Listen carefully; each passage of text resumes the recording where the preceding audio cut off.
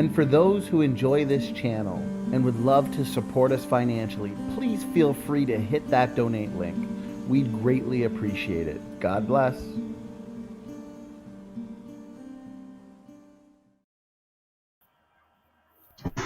Awesome. Okay. It looks like we're live. We're here. Another really exciting debate. I'm really looking forward to this one. Both these gentlemen have been here before. Bill Morgan, of course, and David here, who goes by Kakarot on YouTube. Please check both of their channels out.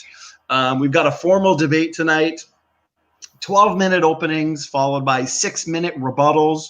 We're going to have a couple cross-examination rounds, a closing, and a question and answer. Therefore, to everybody in the audience, make sure you tag myself or praise I am that I am, and we will get to as many questions as we can. We always look forward to that part. So I wanted to thank both debaters tonight for giving us their time. Before we get into the openings, though, I always like the debaters to kind of give a brief introduction as to who they are, what they're doing on their channels. Just to break the ice, why don't we start with Bill? Thanks for joining us tonight. Well, thank you for having me. It's an honor to be here. I'm a former atheist when they taught me evolution when I was 14, and science made me realize that we did not evolve from apes and caused me to seek God. So I'm very passionate about this subject. And I've been an engineer for 37 years and absolutely love science and look forward to any comments or questions. My YouTube channel is really clever. It's Bill Morgan, if anybody wants to check out some debates. But it's a pleasure to be here. Pleasure to be here with you, David. Well, it's an honor to be the host and your moderator tonight. Bill, you've been here a number of times. Everybody loves you on this channel. You always put on a good show, so we appreciate you giving us your time. Why don't we hand it over to David? David, as well, thanks for being here. Yeah, thanks so much. Standing in, Bill. It's great to meet you. Everybody on here is so darn friendly for having me on, so really enjoy talking with y'all. I'm actually a, my name is on YouTube is Kakarot, Goku, or, the Dragon Ball character, for those of you who don't know, well, you'll figure out who that is. I'm actually in grad school right now. I'm getting my MBA with a concentration in finance. So I have no science background, but I still do find this topic pretty interesting. So, Well, you've been here 2 times before, David, and like I said, Bill's been here many times. You both are highly intelligent individuals, so I know this is going to be a really fun, memorable, and engaging debate. So enough for me. Why don't we get right into the openings? I believe we agreed. My apologies. Who is starting again? And then okay, you've got Brother Bill is going to start. Whenever you're comfortable, Bill, I'm not going to start on your first word. Don't worry. Whenever you're ready, you just let me know and I'll start the clock. Okay. Praise has my slides. You understand?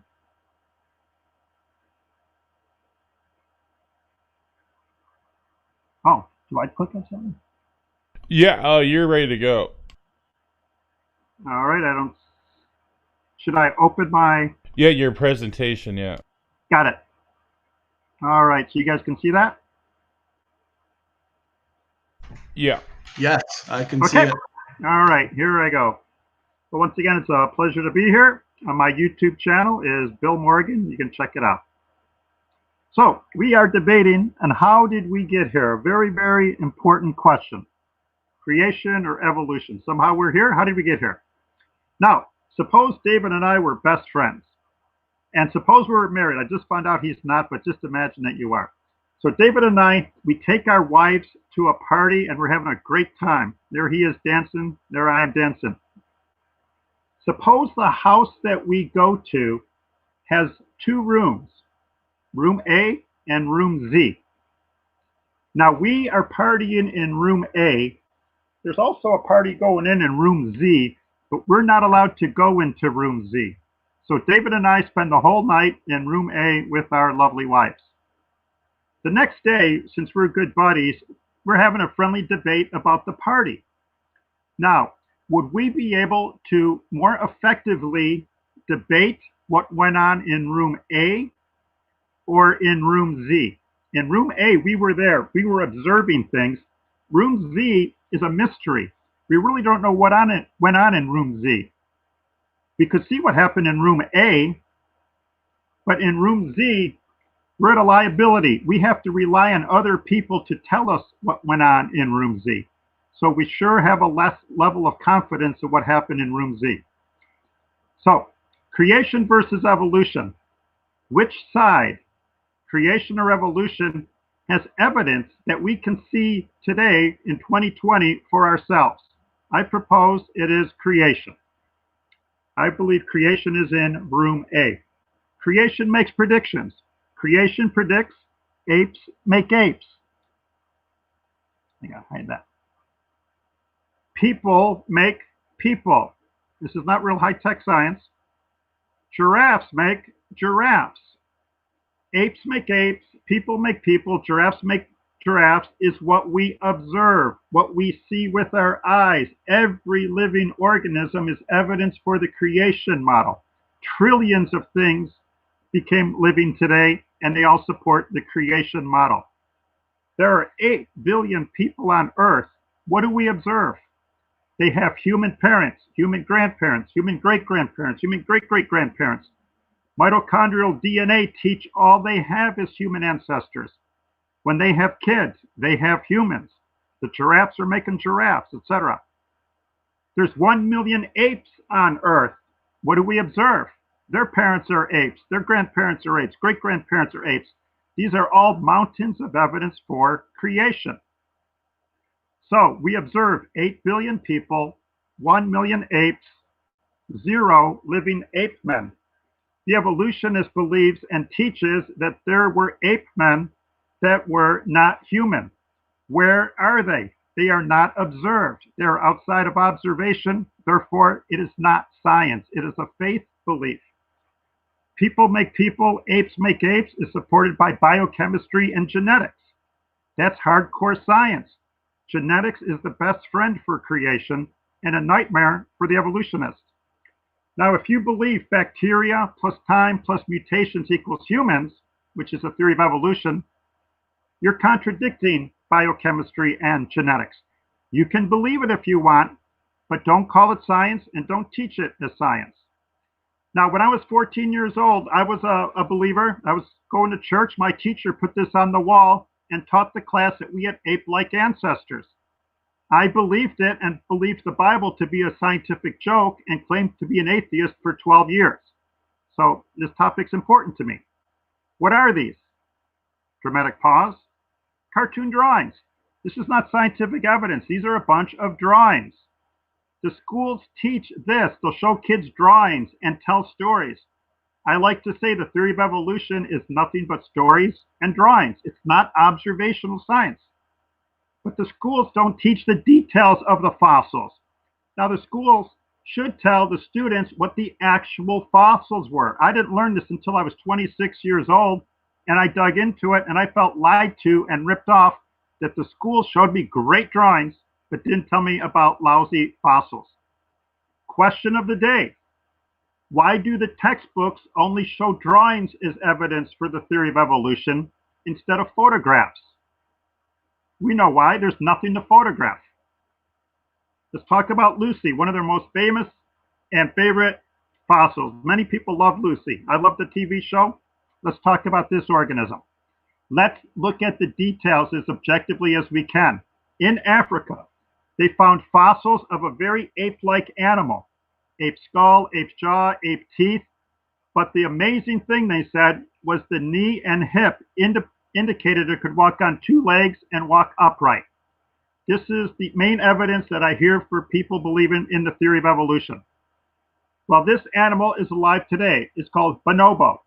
What's it doing? It's playing air guitar on its mother's back and standing on 2 legs. Here's an adult bonobo. What's it doing? Gardening and walking on 2 legs. If this beautiful animal were buried in a violent flood, people could dig it up and say, wow, look at that ape arm, ape hand, ape skull. It could walk on two legs. It's a transition between man and ape. No, it isn't. It's 100% ape. Where does it live? Africa, right where they found Lucy. Everything about bonobo is the same as Lucy. I propose Lucy is nothing but an ape that could walk upright, and they're alive today, called bonobo. That's pretty self-explanatory. That's genetics, biochemistry, taxonomy, zoology, paleontology. Apes make apes. Now, evolutionists find bits and pieces of fossils, they make drawings, and they argue that humans have ape-like ancestors. Is this evidence in room Z or room A? It's not observed evidence. Many people believe it because they've only heard that it is true. I encourage everybody, trust your eyes. Look at what you see. You do not see these transitional forms, only drawings in books. How did life originate? I would like to ask David. What do we observe? What do we see? Life only comes from life. Bacteria, hummingbirds, snakes, dogs, every birth, or all the life we see only comes from previous life. The atheist worldview believes that chemicals mixed together with energy and became living. You can believe that if you want, but don't call it science. Don't teach it as science because of the cell theory and the law of biogenesis that teach life only comes from life. How did matter and energy originate? A nightmare question for a non-believer. What do we see? Once again, science is all about observing. Matter and energy does not appear from nothing by natural means. This is the first law of thermodynamics. This is not religious thinking. Matter and energy is neither created nor destroyed. Every branch of science, as I see it and understand it, supports creation. What is the best reason to believe in God? Design. Which one of these is the result of design? I would say all of them. Now, an atheist, and I have no idea if David is an atheist or not, the atheist would say, well, the paperclip, the staple, and the pencil are designs, but not the nervous system of a dog. Well, I believe they're all the result of design, and they all need a designer. I believe in God. I'm not ashamed to say that. But God doesn't make things. God makes systems. This dog is a system. The body is a system. The nervous system is a system.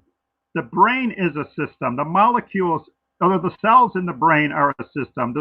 The molecules are a system, and so are the atoms a system. Systems are where you need many, many, many components to work, or nothing works. Living things are a house of cards. If the nervous system fails on the dog, the whole dog fails. If the digestive system fails, the whole dog fails. Okay? Living systems cannot get there by evolution. Sorry about the spelling. Evolution is a step-by-step process. It's not going to be able to make a living system. Okay? Quick question. Could 3 billion brilliant engineers and scientists build and design a dog from scratch? Dogs are systems. Now, I like to do this based on people's last names. I pick out the system that they have to design. They're in charge. So I understand David's last name begins with a B. He's in charge of the dog's breathing system. Let's talk about it real quick. 80% of the air of a dog breathes goes to its lungs. Where does the other 20% go? To something called the olfactory recess. That's where air goes for the dog to have an amazing sense of smell. The special part of the dog body has 500 million sensor cells in the olfactory recess, and you can see the pattern there. Every nerve is connected, or the nerves are connected to these cells and sends a message to the brain. This is an amazing electrical engineering system that humans could never design. There's a zoomed in picture of the matrix for the dog's sensory cells. Design? Absolutely, that's a design. A dog sense of smell, you got to collect data. You got to transport the data. You got to process the data. You got to store the data. This is a control system with feedback. This is an amazing engineering system, and it can happen by chance. It can happen by a step-by-step process. So we could ask this dog, is that design or chance? Pit bulls are very smart. That's a design that would require a designer. The little slits on the side of a dog's nose, design or chance. Everybody watching this debate, inhale 15 times as fast as you can. You're going to pass out. As a human, you can only inhale or exhale at the same time. God designed the dog so it can inhale in the middle of its nose and exhale out the side at the same time. That's why they can sniff the entire kitchen floor without taking a break. Inhale and exhale at the same time. Beautiful designed system. And you can ask that pit bull as well. Sorry to interrupt, Bill. You're just at about the 11-minute mark. And take your time. Whatever extra time you use, we'll make sure we give to David. I don't want to rush you. Okay, I'm almost there.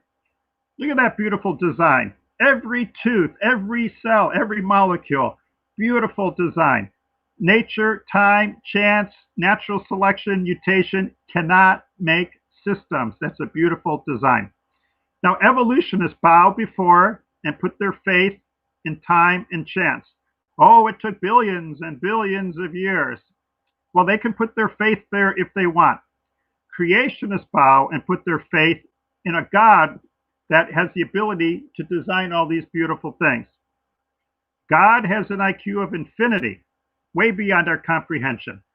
I'm by far not the best engineer in the world, but I see God's engineering and just marvel. Time and chance has an IQ of 0. So people have to decide, do they think the dog's breathing system, the dog's teeth, the human eye is the result of a designer with an IQ of infinity or a designer with an IQ of 0? Creation versus evolution, things we can see. We can see apes making apes, people making people. That's genetics and biochemistry. We can see that life only comes from life, the cell theory and the law of biogenesis. We can see that matter and energy does not poof from nothing. And we can see design. We're smart enough to know a design when we see one. Dog noses, olfactory recess, dog brains, etc. Creation versus evolution, these are things we don't see. We don't see transitional forms. We don't see ape men. We don't see bird lizards. We don't see whale ancestors. We see drawings of them. We hear stories, but we don't observe them. I say they're in room Z and they don't exist. We don't see life arising from non-life. We don't see matter and energy coming from nothing. And time, nature, and chance cannot make a dog nose, a dog mouth, or a dog brain.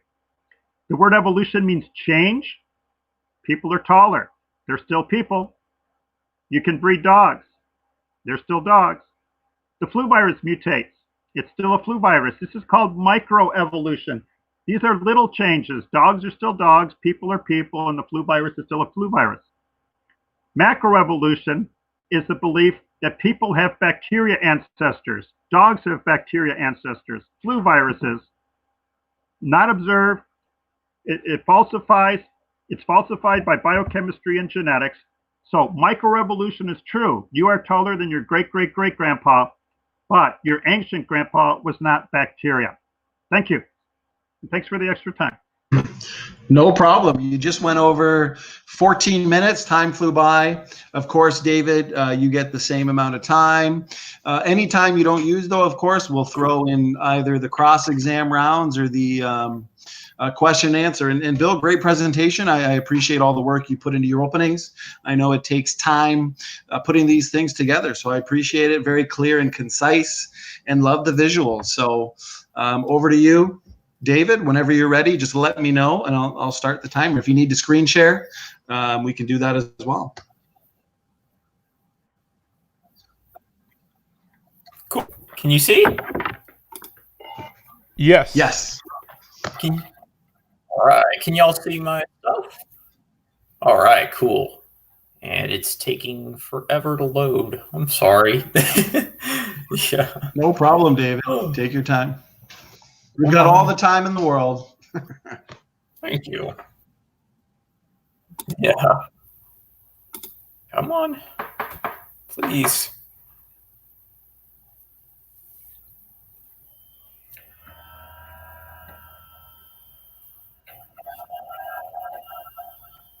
And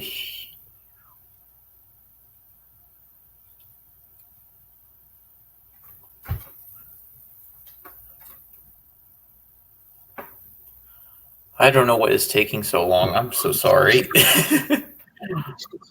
And I'm not sure if it's just a brief audio issue there. I heard some brief echoing or background noise, maybe from your end there, David. I don't hear it anymore. It's kind of like a ringing noise, but just be. Oh, Sounds good now, though. Sorry. All right, cool.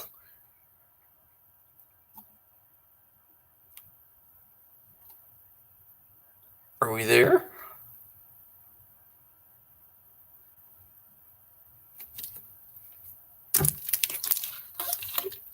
Yeah, you could reload if you want. Maybe it just has to reload or something. We can try that as well. Yeah. Come on. I know, right? It's painful. Okay. All right, cool. So yeah, again, I apologize. I'm going to be using some of the, or actually all the slides that I used with my debates with Hovind and with Nephilim Free. But I think they're still useful. So, and the first thing is listening to what Bill said about being an atheist.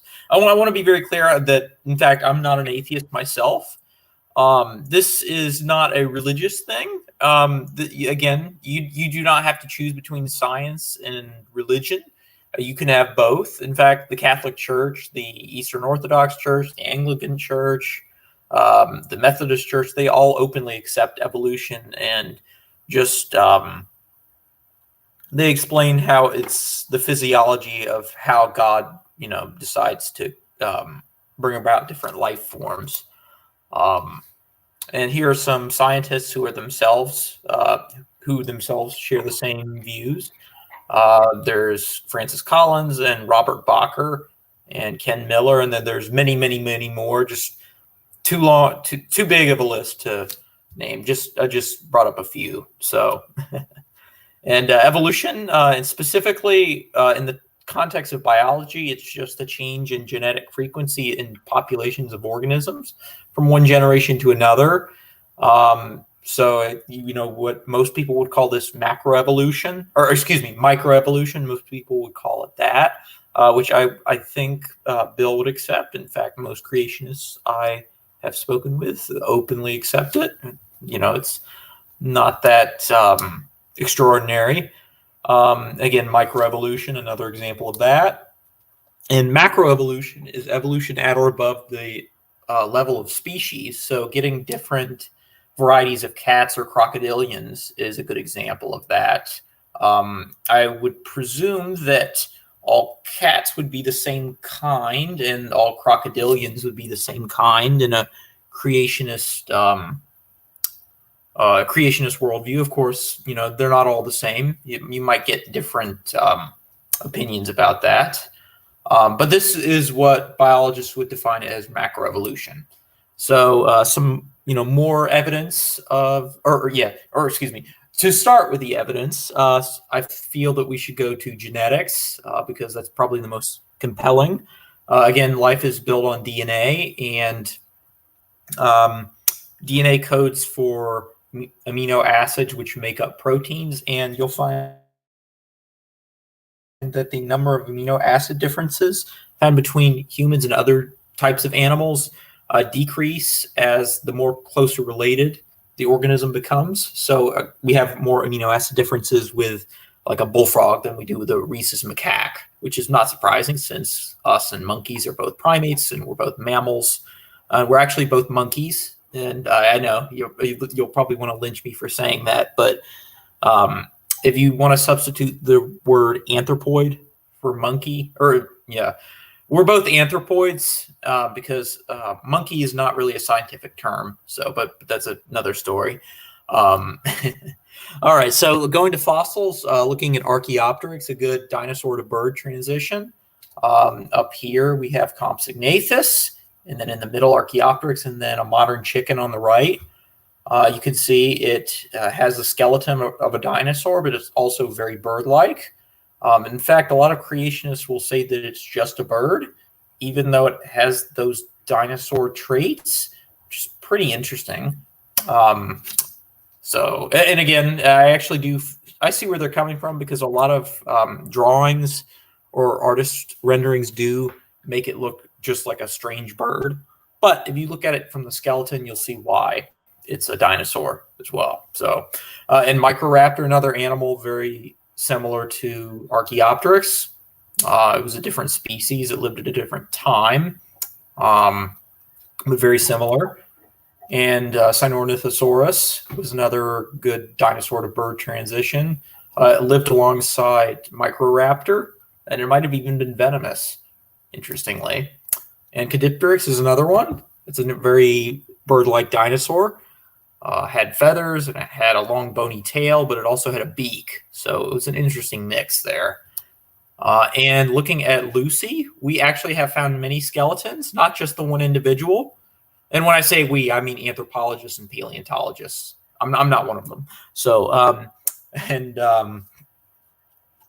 Lucy in the middle is so when he's talking about the bipedality of Lucy and how it walked on two legs, I remember Bill mentioned that there are some modern bonobos and chimpanzees that will occasionally walk on their two legs, but that's very rare. They don't do that all the time, or they don't do it very frequently.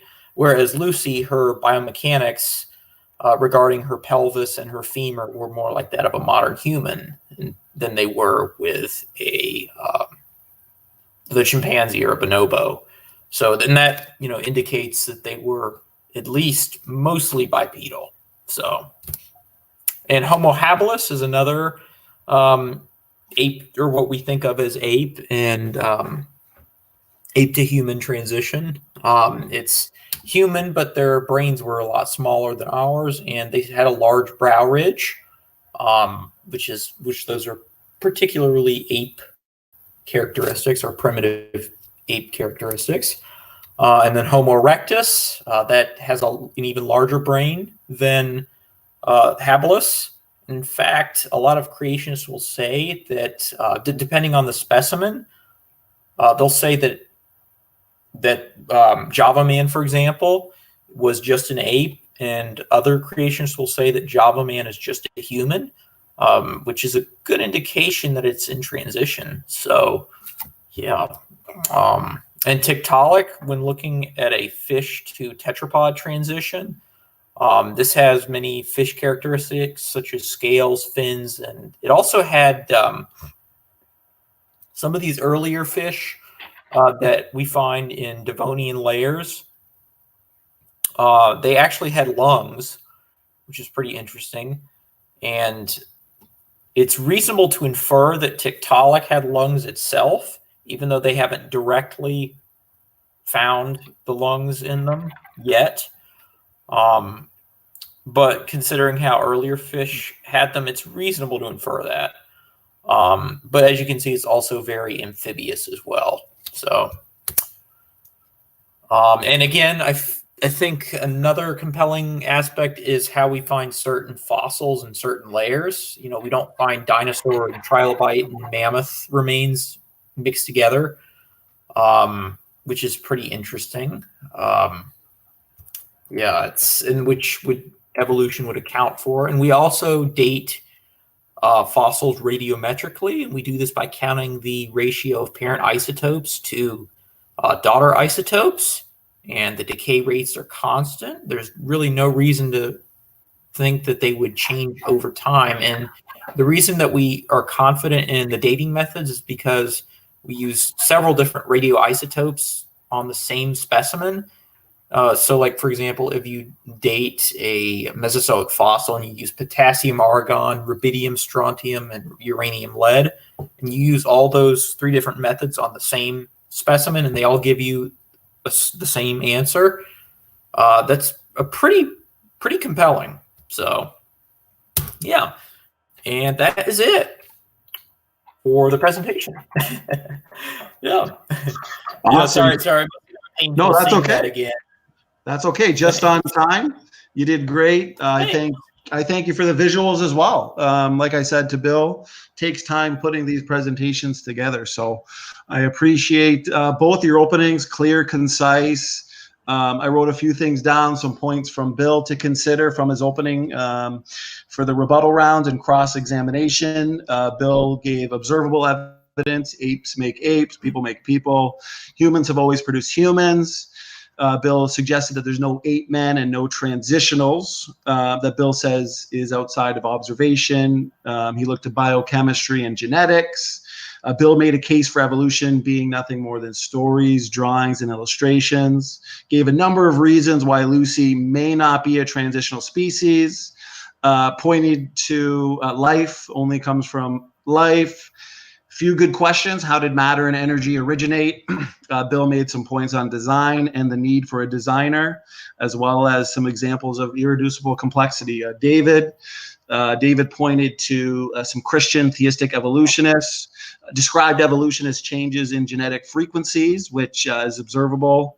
Looked to crocodilians and cats as some examples of evolution at or above the species level, which David pointed out biologists describe as or define as macroevolution. David pointed to DNA hierarchies and amino acids and cytochrome C, pointed to transitional forms such as Archaeopteryx and Microraptor, and a couple other dino to bird transitions. As for human evolution, David, you pointed to the Australopithecines, such as Lucy, as well as some Homo transitions, such as Habilis and Homo erectus. And you looked at the Fishapod Tiktaalik, as well as the ordering of the fossils in the geologic column and radiometric dating. So both of you brought up a lot of good points. I hope I covered that appropriately and kind of explained your positions accurately. But yeah, so I guess these are some of the points we can focus on in the rebuttal rounds and the cross-examination. So what I've got here is 6-minute rebuttals. We can start with you, Bill. For the rebuttal rounds, I'll have to be more strict on timing, and then we'll jump into cross-examination. So Bill, whenever you're ready. All right. Let's see. Let me get the copyright. Okay, I'm going to go with the speed of light. Good presentation, but nothing but drawings and stories once again. Nothing living, nothing observed. Many, many things are assumed. So many transitional forms have been thrown in the garbage can over the years, and I believe today's will as well. It's not science if it's not observed. Now, his first slide, he talked about there's no contradiction between science and religion. Well, that's assuming that science is bacteria are the ancestors to humans. That is not science. That is a complete story unless it's observed. So there's no contradiction between God and science because science does not teach that people have bacterial ancestors. He talked about macroevolution was above the species. The creationists I know believe it's at the family level. Many people believe that a house cat could in vitro impregnate a tiger. So they're in the same family, they're in the same kind. Of course, we have more in common with an ape than a fish. We eat bananas, we have hair, we have skin. It would make sense that the proteins would be the same for those functions, but the differences are still enormous in a 3.2 billion base pair genome. The differences are in the hundreds of millions. Sure. Okay, let me get to a slide. I hope I don't eat up too much time. Archaeopteryx, many people say that it's a transition between birds and reptiles, but because of some of its traits, many, many evolutionists, Alan Fiducia, for example, teach that no, it is a bird. It is a bird, it is a strong flyer. So there's much debate about that. It's got feathers, it's got wings, it's got a beak, it's got perching feet. Many people believe it to be a bird. Many people call it a hoax, and these are evolutionists that call it that. Alan Fiducia, he says it is paleobabble. So now let's think. To go from reptile to bird, you got a lot of Grand Canyons to cross if you're an evolutionist. Legs had to become wings. Arms, or there's the leg, there's the wing. Scales had to become feathers. Huge difference. What's the difference between their bones? Solid bones of reptiles had to become hollow bones. Slow metabolism had become fast metabolism. This is an enormous difference. The differences between reptiles and birds are huge. Cold-blooded became warm-blooded. Because of time, I'm going to have to rip through those. Reptiles have very poor vision. Birds have excellent vision. Hind feet had to become perching feet. Tremendous differences. No evolution evidence for this. No observational evidence. And my favorite is the breathing system. Reptiles breathe in a bellows system like we do, in and out, in and out. Birds have the most cool breathing system in the world. Whether they inhale or they exhale, they have oxygen passing through their lungs. There's their lungs. There's a little valve here. When they inhale, that valve closes and pushes the air through the lungs. You see that? This is a pretty cool thing. When they exhale, a valve over here closes, so the air continues to go through the lungs from that air sac. I'll show it once again. They fill up the air sac, then when they exhale, that air comes out. Praise God, an amazing design. He has to admit, I showed pictures of bonobo walking on two legs. All humans do not have the same brain size. I'm sure there's a lot of gymnasts that are more intelligent than guys doing the shot put in the Olympics. It's very condescending, I think, to say brain size equates to intelligence. From my research, Java Man was a hoax, and many evolutionists have said it was a hoax. Tiktaalik, oops, 262, Tiktaalik. Well, whenever you see an article in the newspaper, no matter what you believe, look for the evidence. Don't just read the article. See what they actually found. This was in National Geographic in 2008. Ask yourself, what did they really find? First, is Tiktaalik living today? No. Are there thousands of fossils of them? No. Are there millions, maybe billions of fish today? Yes. Where's Tiktaalik? Well, he's in National Geographic and discussed. New York Times said it was a rebuttal to religious creationists. They were all excited. Yay, we can falsify creation. Well, let's see if the science really does falsify it. Okay? This is what they found. Let's take a deep breath here. Are you seriously going to buy into the theory of evolution for this beat-up, bashed fossil? That's the best you have? And what would be strong evidence that a fish became a land animal? Just over a minute, Bill. Just over a minute. Skull, legs, the respiratory system. There's their beaten up old jalopy of a fossil that people are hanging their hat on, and I hope they reconsider that. Is that really your best evidence? Well, many evolutionists call it a straightforward fish. They say, well, maybe the snout suggests a shift. Well, the ribs seem larger. It may mean it was able to support. They're guessing, they're speculating, and the fossil sure isn't telling them. Tiktaalik is a very weak fossil, and it should not be the poster boy for evolutionists. Okay, let me see. Fossils, there's trillions of fossils. Trillions, I've done this before. What do the fossils tell us? There's a fossil of a bat, the same today. According to evolution, no change in 52 million years. Ants haven't changed in 99 million years. Snakes haven't changed in 150 million years. Leaves haven't changed in 270 million. And dragonflies in 300 million years. No changes. Where's the evolution evidence? Follow your eyes. And my favorite, cyanobacteria, no change in 3.5 billion years. People, trust your eyes. There is no evidence for the theory of evolution. And if I ran over, I apologize. No problem. No, these rounds fly by. Excellent rebuttal. Very informative there, Bill. And once again, thanks for the visuals. So this has been a great debate so far. Great openings. Great rebuttal there from you, Bill. And David, on to you, my good man. I'll put 6 minutes on the clock. Take your time. All right, thanks. All right, thanks, Bill. Yeah, that was pretty interesting. I learned quite a bit. All right, so I'm just going to go from the beginning.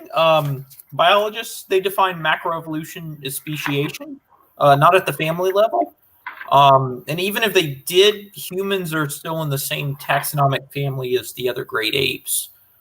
So that's kind of interesting.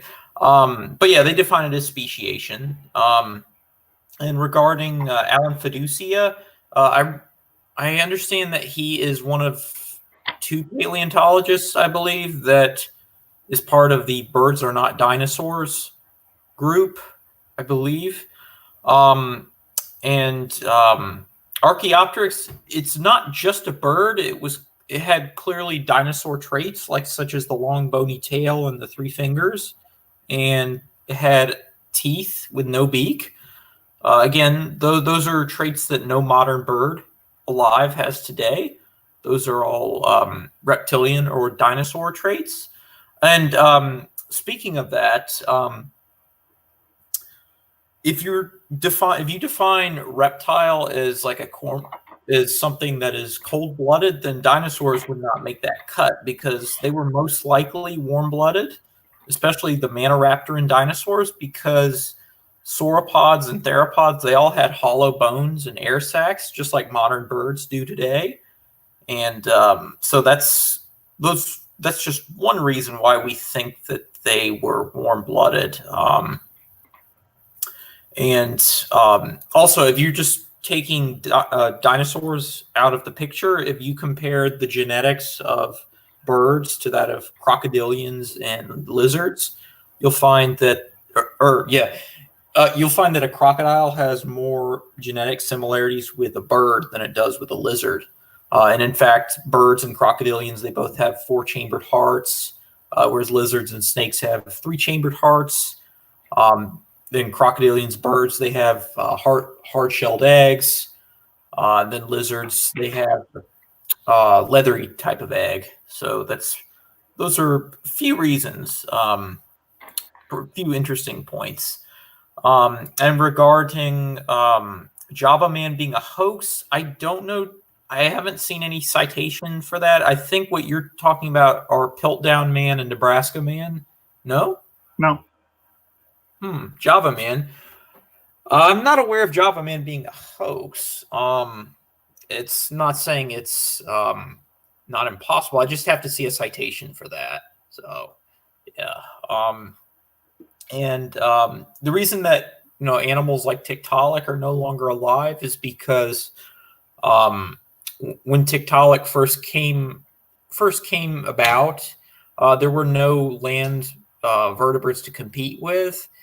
And once the descendants of Tiktaalik came about, they would be better adapted for life on land. And once those creatures started proliferating, they would eventually outcompete their less adapted cousins or ancestors or whatever. All the Tiktaalik that would have still been around would have been eliminated by their better equipped descendants. And fossils, and I remember you talking about fossil snakes and how they didn't change. Well, there have been fossil snakes with legs, so with relatively small legs, which no snake has alive today, although there are some pythons that have spurs at the near their tail, which those are actually remnants from the past. So, yeah. What else do I got? Is there anything that I missed? I'm sorry. Yeah.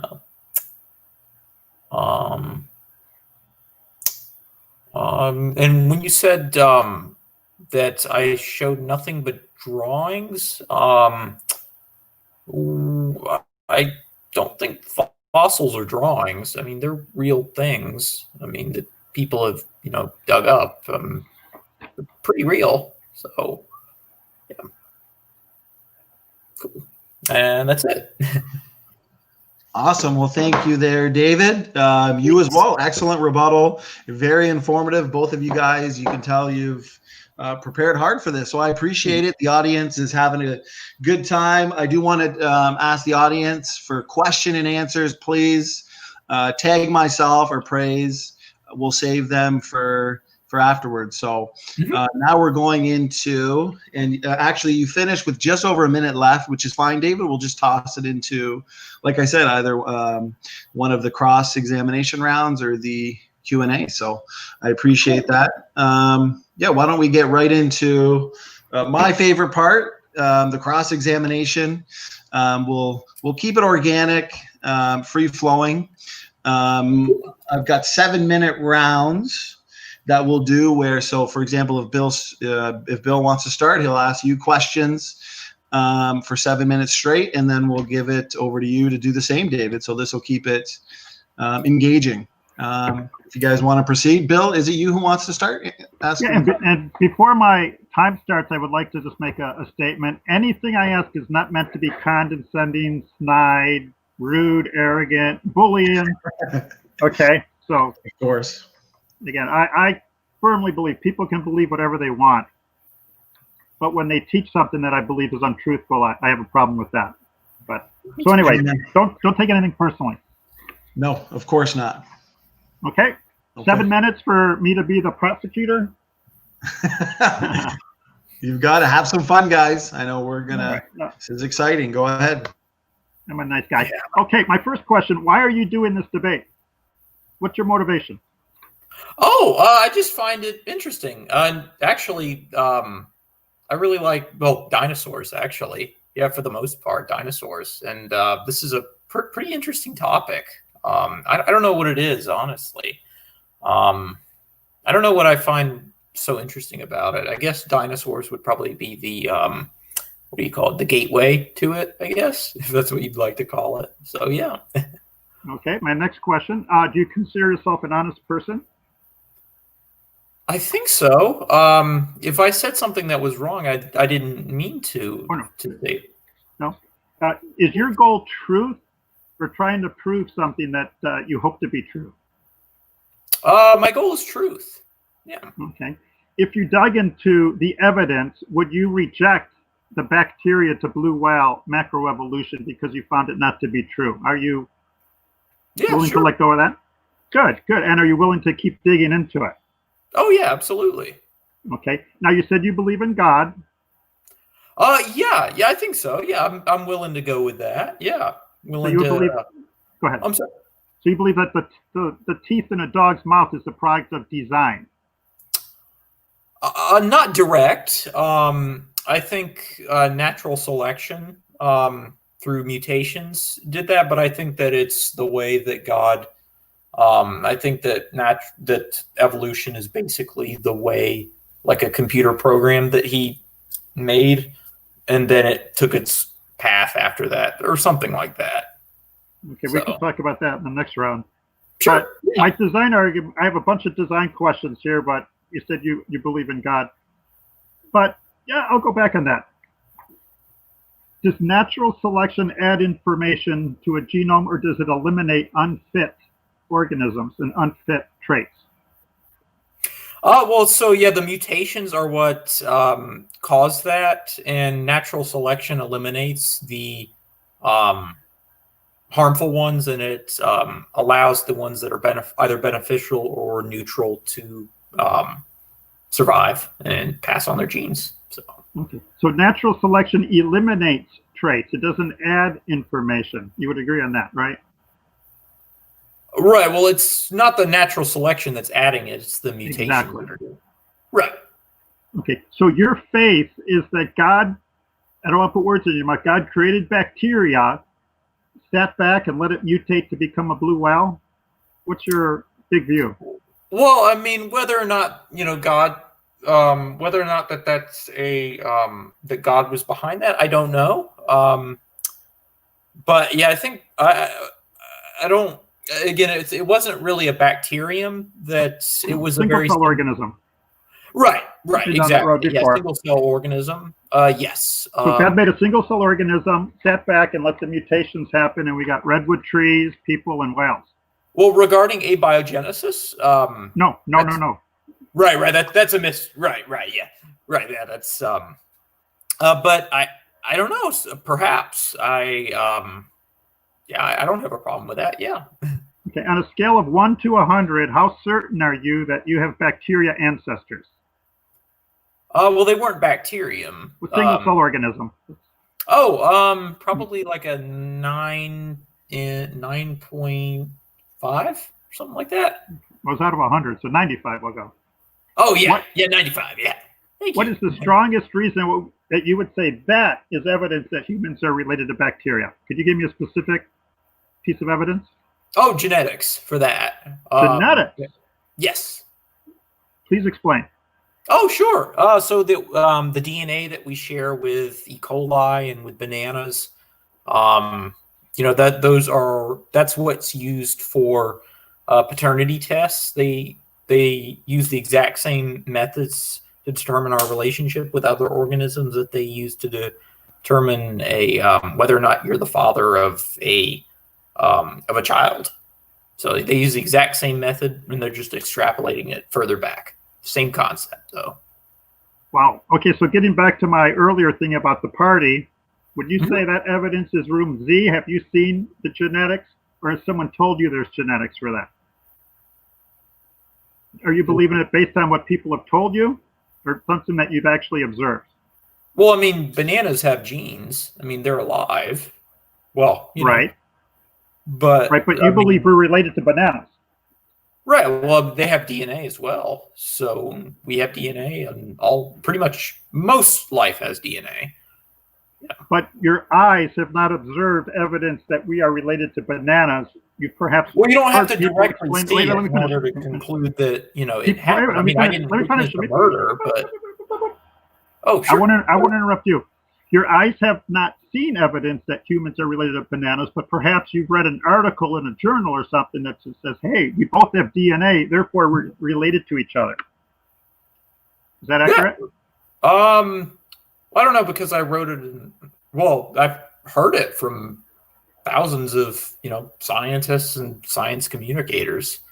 I mean that we all have DNA and that we're all built on the same basic stuff. Okay, but if thousands of creationists gave you counter arguments, you shouldn't ever just go with the majority, because 200 years ago you would have been a creationist because that's the majority. Trust your eyes and the science. That's true. How good is my point? There's 8 billion people, 1 million apes, but no transitional forms. Isn't that a pretty powerful evidence that we're not related to the ape? Well, there are transitional forms. I mean, there are now. I mean, the ones that I presented, they're extinct, but I mean, there are transitional forms. I mean, like Homo erectus, Homo habilis, the Australopithecines. I mean, those are transitional forms. What I hope you do, this is Bill to David, is look at absolutely every individual fossil and see if it can be categorized as ape or human. That's what got me out of evolution, looking at the fossils, that it's easy to categorize it. Yes, so that's actually an interesting point. If you line up all the different skulls, like the Australopithecines and then Homo habilis, Homo erectus, and you line them up, and you ask, creationists will say it's just an ape or it's just a human. The interesting thing is that the closer to the middle you get, the more they disagree with one another. Like for example, Homo erectus, some people will say that that's just an ape, and then others will say that's just a human. So just I'm not cutting you off, I hope. Just imagine a tragedy happened. The United States Olympic team was flying to the Olympics and it crashed. You've got tiny little female gymnasts. You got huge shot putters. You know where I'm getting at. You got tremendous variation among humans. You got young people. You got old people.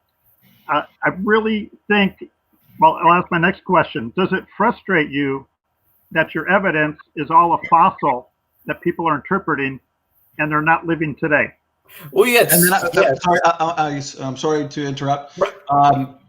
That'll be the last question for that one round. You can answer it. Take your time, David, and then we'll go to you asking the questions. My apologies there. Go ahead. You're good. Yeah, and thank you both. Yeah, y'all are so friendly. I apologize if I've sounded rude or anything. Oh no.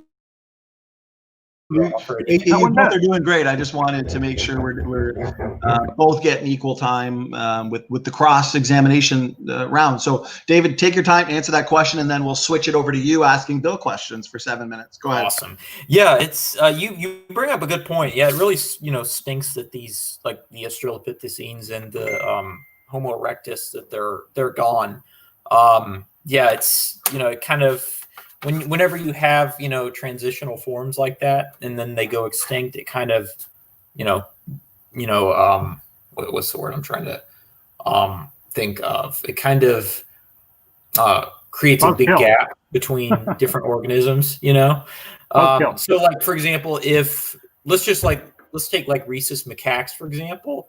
Let's say that there were no chimpanzees and gorillas and orangutans alive today.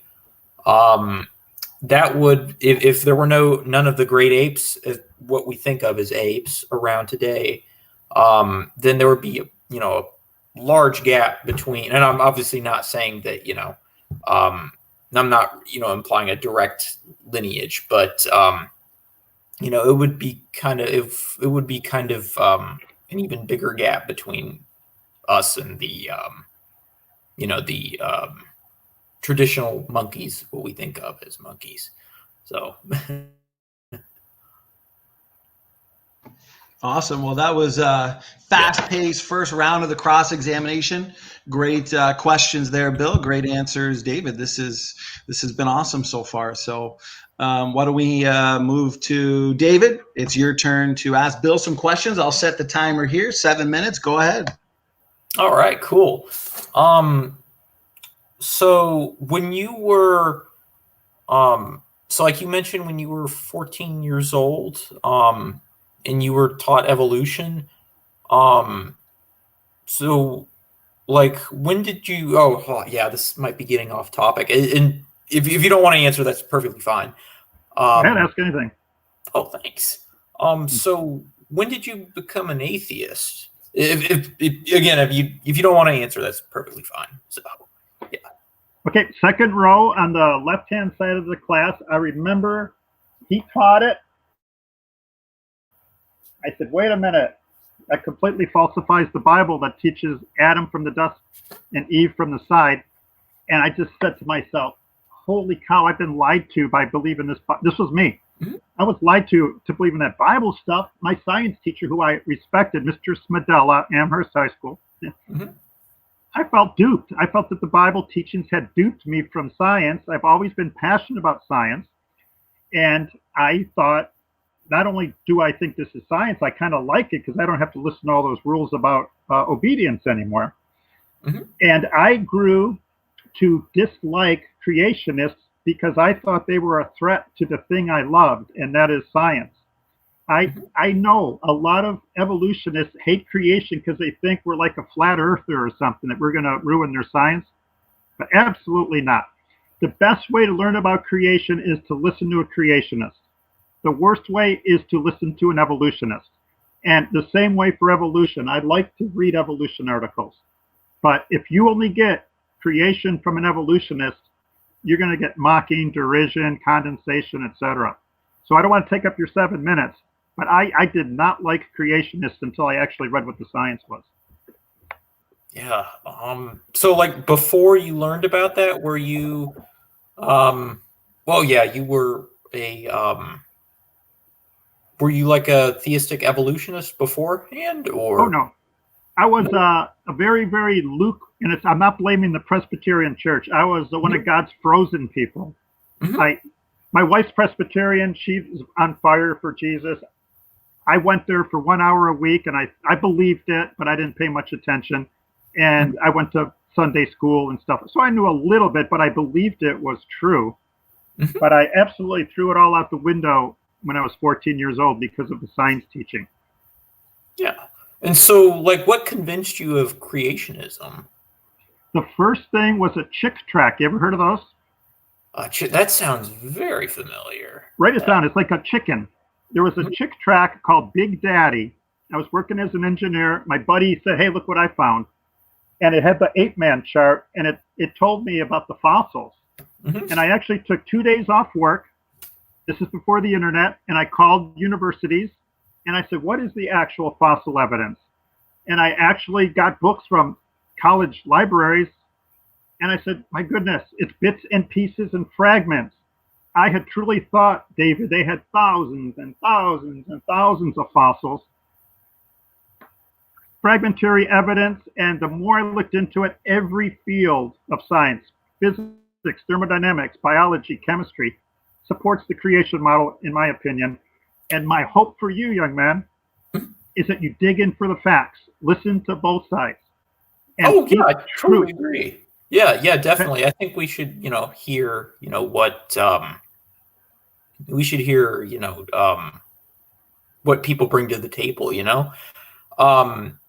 But like, what about like radiometric dating though? Like, and how we use like different like radioisotopes, I mean, that seems like a, regarding like a young Earth, like that's kind of that's what makes me very, skeptical as well. And also how we find certain fossils in certain layers. Okay. Like we don't find dinosaurs and trilobites and humans all together. Like as well as DNA, and especially these transitional fossils that are found in the that people find. It's all pretty compelling that it's evolution's a real thing.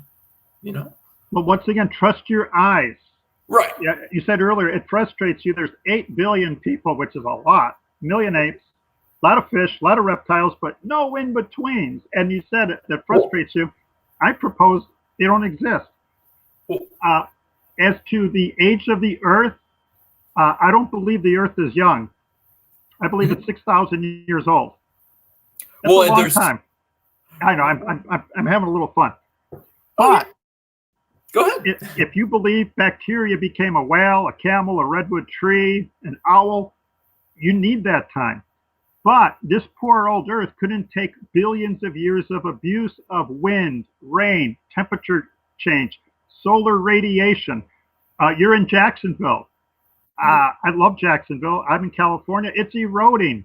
They have to import sand into Seal Beach every summer. Palos Verdes is falling into the ocean. Because of erosion, I propose there is no possible way a rock, especially a sedimentary rock, could contain a fossil for billions of years. It would erode. Asphalt lasts only 20 years. Very quickly, it's going to be protected from, but it's going to erode on its way down. You follow me? See where I'm getting at? So erosion, the abuse of nature on this Earth, I don't believe a fossil could remain that long. And just be open-minded to it. The asphalt in front of your street's going to be replaced within 20 years, or else it's going to be in horrible shape because of nature's elements on minerals. Right. So, for example, if they use potassium argon and rubidium strontium and uranium lead on like a Mesozoic fossil, like on a dinosaur fossil, and all those different dating methods give an age, say 125 million years old or something like that, then like why would that? How is that not like compelling? I guess. Good question. And again, don't believe a word I say, but test it.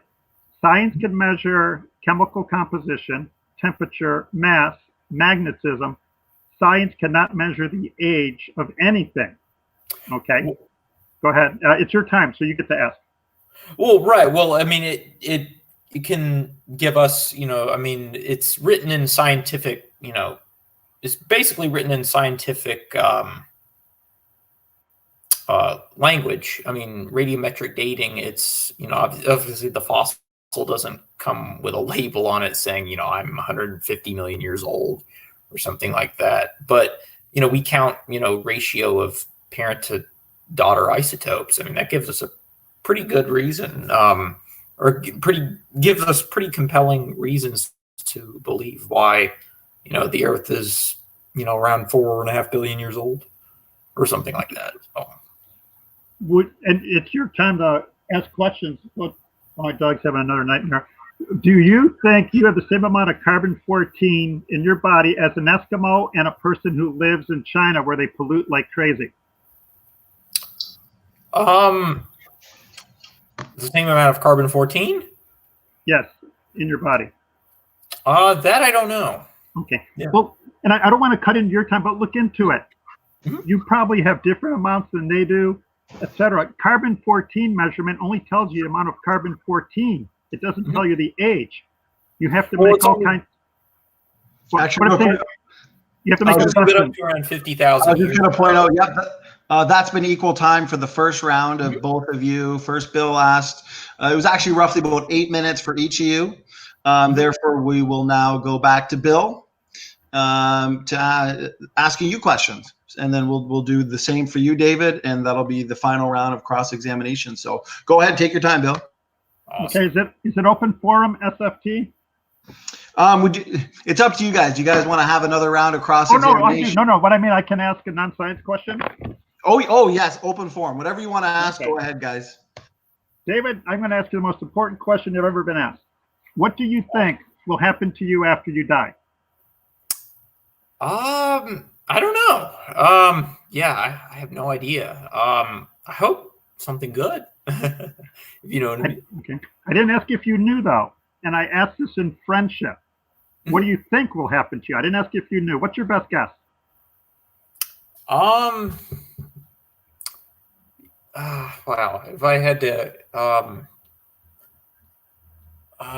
this is a hard one. I really wish I could tell you. I have no idea. It's, based on what I've heard, consciousness is a product of the brain, and again, this is just what I've heard. But based on that, I don't know if we'll be conscious when we die. So I have no idea. I haven't really looked into that much. So Well, I haven't yet either. More, Okay. you know what I mean. I might look old, but I haven't died either. Mhm. But what is your best guess? I just, and you're not gonna be recorded and be on YouTube or the internet. It's just between us. I'm just kidding. What's your best guess? Just come up with That's something. cool. I don't know. If I had to guess, there might be something. Maybe we're conscious after we die. I have no idea. I just don't see any compelling scientific evidence to support an idea that we exist in some sense when we die in our physical body. Okay. Do you believe in God? Yes or no? What's your best explanation? Yeah, I don't know. Best guess. I would have to say, yeah, given the universe, and why there's existence, I would have to. I have a hard time not accepting. I have a hard time accepting that there wasn't Good. something. Good. You're on your way. Universe, if you know what I'm saying. And I don't know, maybe it may have been a multiverse, but that's not concrete. The multiverse theory, it's not very For sure. yeah. But you're not sure, but you would tend to think there is a God, right? Yeah, I would bet on that. I would lean more towards that. Yes. Okay. The law of causality, for every effect, there's a cause. Mm-hmm. If God made us, there has to be a purpose. Wouldn't you at least guess that? If God made us, he made us for a purpose. I don't know. I've never met God. I don't know. But Whatever was made for a reason. I'm sorry. Your lamp, your bookshelf, your wallpaper, it was made for a reason. It's the law of causality. And I don't want to put words in your mouth, but if books God are made and designed and written by people, Okay. we write, books, for people to read and, enjoy. So isn't it likely though, I'm sorry? if God made you, if God made you, isn't it likely there's a purpose because of the law of causality? Perhaps. It's like, I had parents and, they had parents and, you can, go on and, tell the origin of life, which is a mystery, which, there are hypotheses, but it's not, but it's still, we don't really have, a concrete explanation for abiogenesis yet. But, I don't know. I'd love to hear what the purpose would be, if you know what I mean. So, Good. I don't want to run out of my 7 minutes.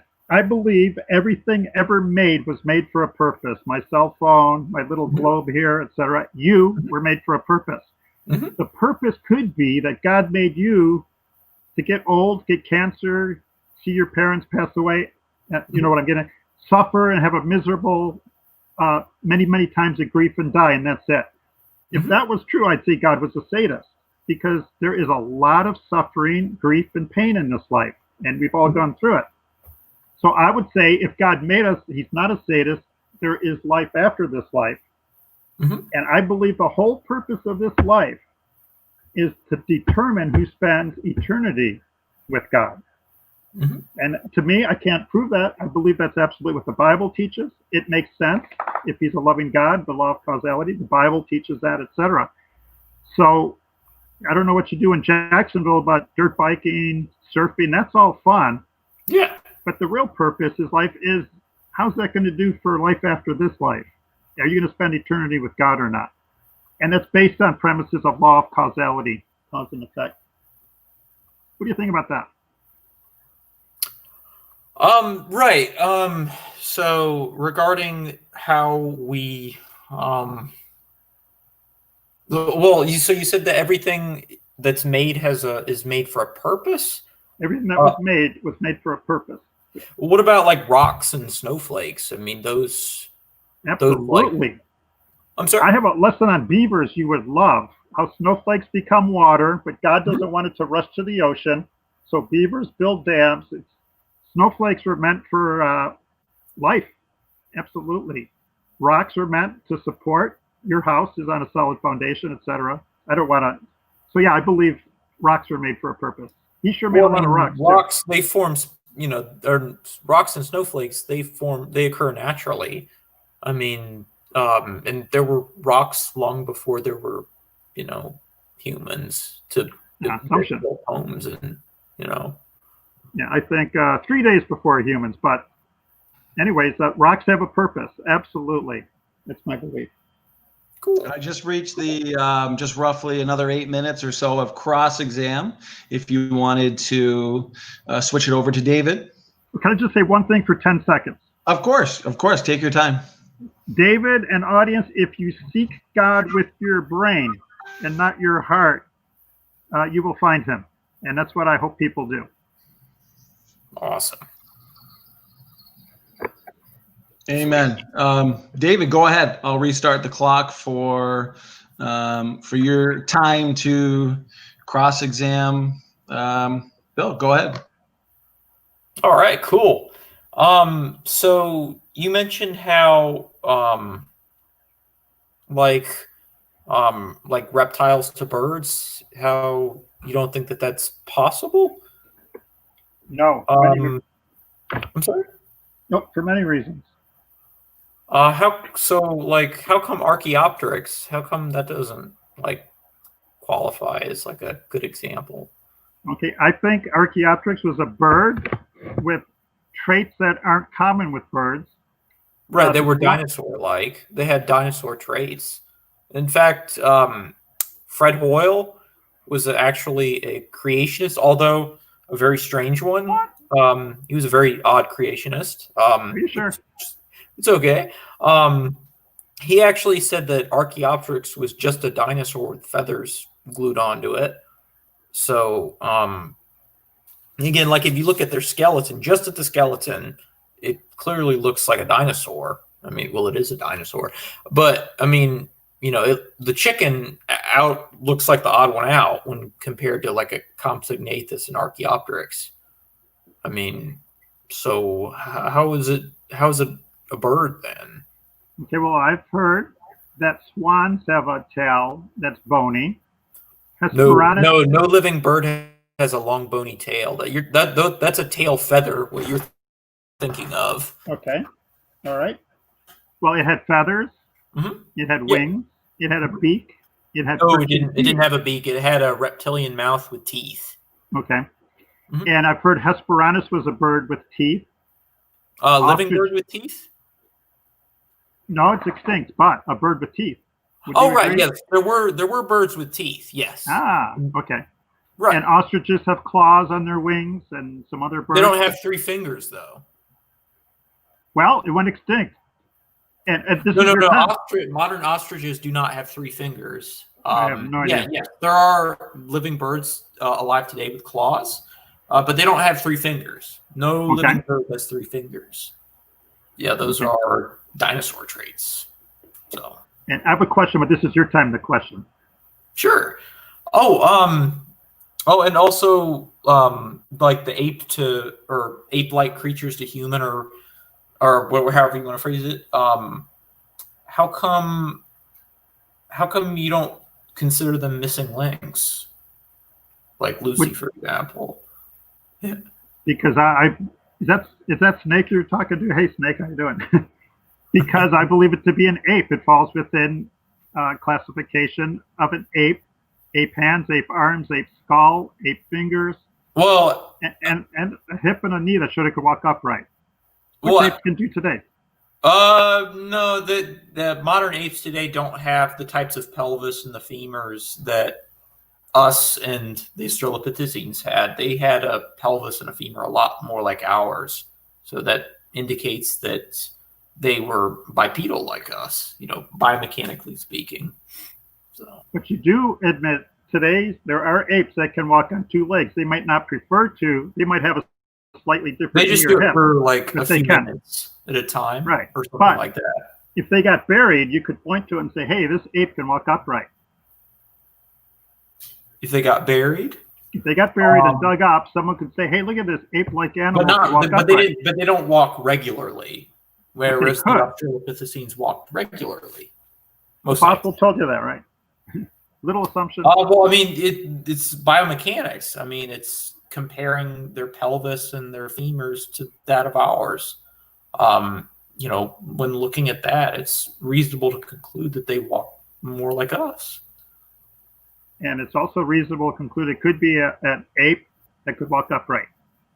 It's possible, right? Yeah, you don't have to buy it.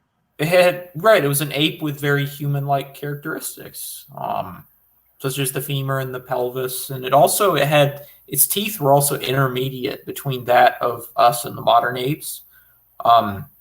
They were smaller than like a chimpanzee's, for example, but they were still larger than ours. So they also had feet more like ours too. Are you saying all people have the same size teeth? That's true. Good point. The average person. Yeah, I should have said the average person. So they said to my son once, "You have the biggest molars I've ever seen." And he's my youngest kid, but anyways. Yeah. But there's variation. That's true. But question both sides, and I think if you do it open-minded with the open mind and use your brain, see where are these transitional forms? It's like trying to jump across 100 Grand Canyons, and you're a flea. You got to jump across all of them. They can't get across one. Well, I mean, I think that the Australopithecines and Homo erectus and Microraptor and Tiktaalik, I think they're all pretty good examples of transitions. I mean, do you agree that Tiktaalik looks like it's had a pretty rough beat up? It's pretty a beaten up little fossil. Yeah. People are hanging their hat on that. Come on, David. That's true. But hey, I mean, even looking at modern animals, you can look at amphibians when they're young. They look kind of like fish. when they're tadpoles, Mhm. So, I mean, that can kind of, I mean, that's not really evolution, but still, it makes it easier to, comprehend how, or get an idea of how, land animals could have come from non-land animals, I politely say that takes a lot more faith than I believe I have.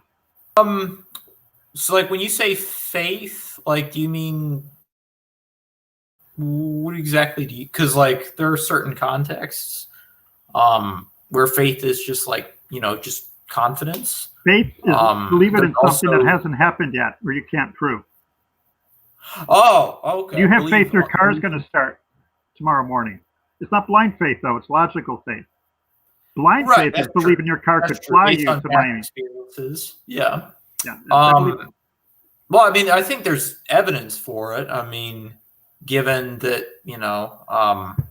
it's not something that we have blind faith in. It's something that we have reason and, evidence to believe occurred, But remember, we're in room A with our little party. Your eyes aren't seeing it. You're looking at a photograph of Tiktaalik, and even the people who are evolutionists are saying, well, it could be a rib. It could have been a rib.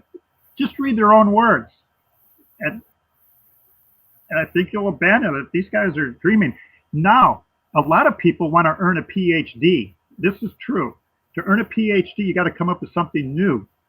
Someone might have found Tiktaalik. I don't know the history on that. And wrote a whole thesis on it. And some people will grab it and say, hey, they proved evolution. And sometimes evolutionists say, I didn't say it proved it. Well, I mean, Tiktaalik was a very recent transition. Like, Lucy was found in the 70s. And as far as the acceptance of evolution, I don't remember exactly. I believe that was not long after, maybe a few decades after Darwin published his work. I'm not exactly sure when it became widely accepted. But there's massive, overwhelming, evidence for it today. I mean, from, genetics and looking at fossils and comparing them to modern animals. What about living evidence? How much living evidence is there? Living evidence? Like living animals? Transitional forms. Well, I mean, in a sense, every living thing is a transition in a sense. What does that mean? They're transitional between, our descendants and our ancestors. Yeah, but they're all humans. That's true. Well, again, like, when you say human, would you consider like Homo habilis to be human? From my reading, I would say he was, but if I'm wrong, it's because I haven't read about him for a long, long time. So I don't want to go, aha.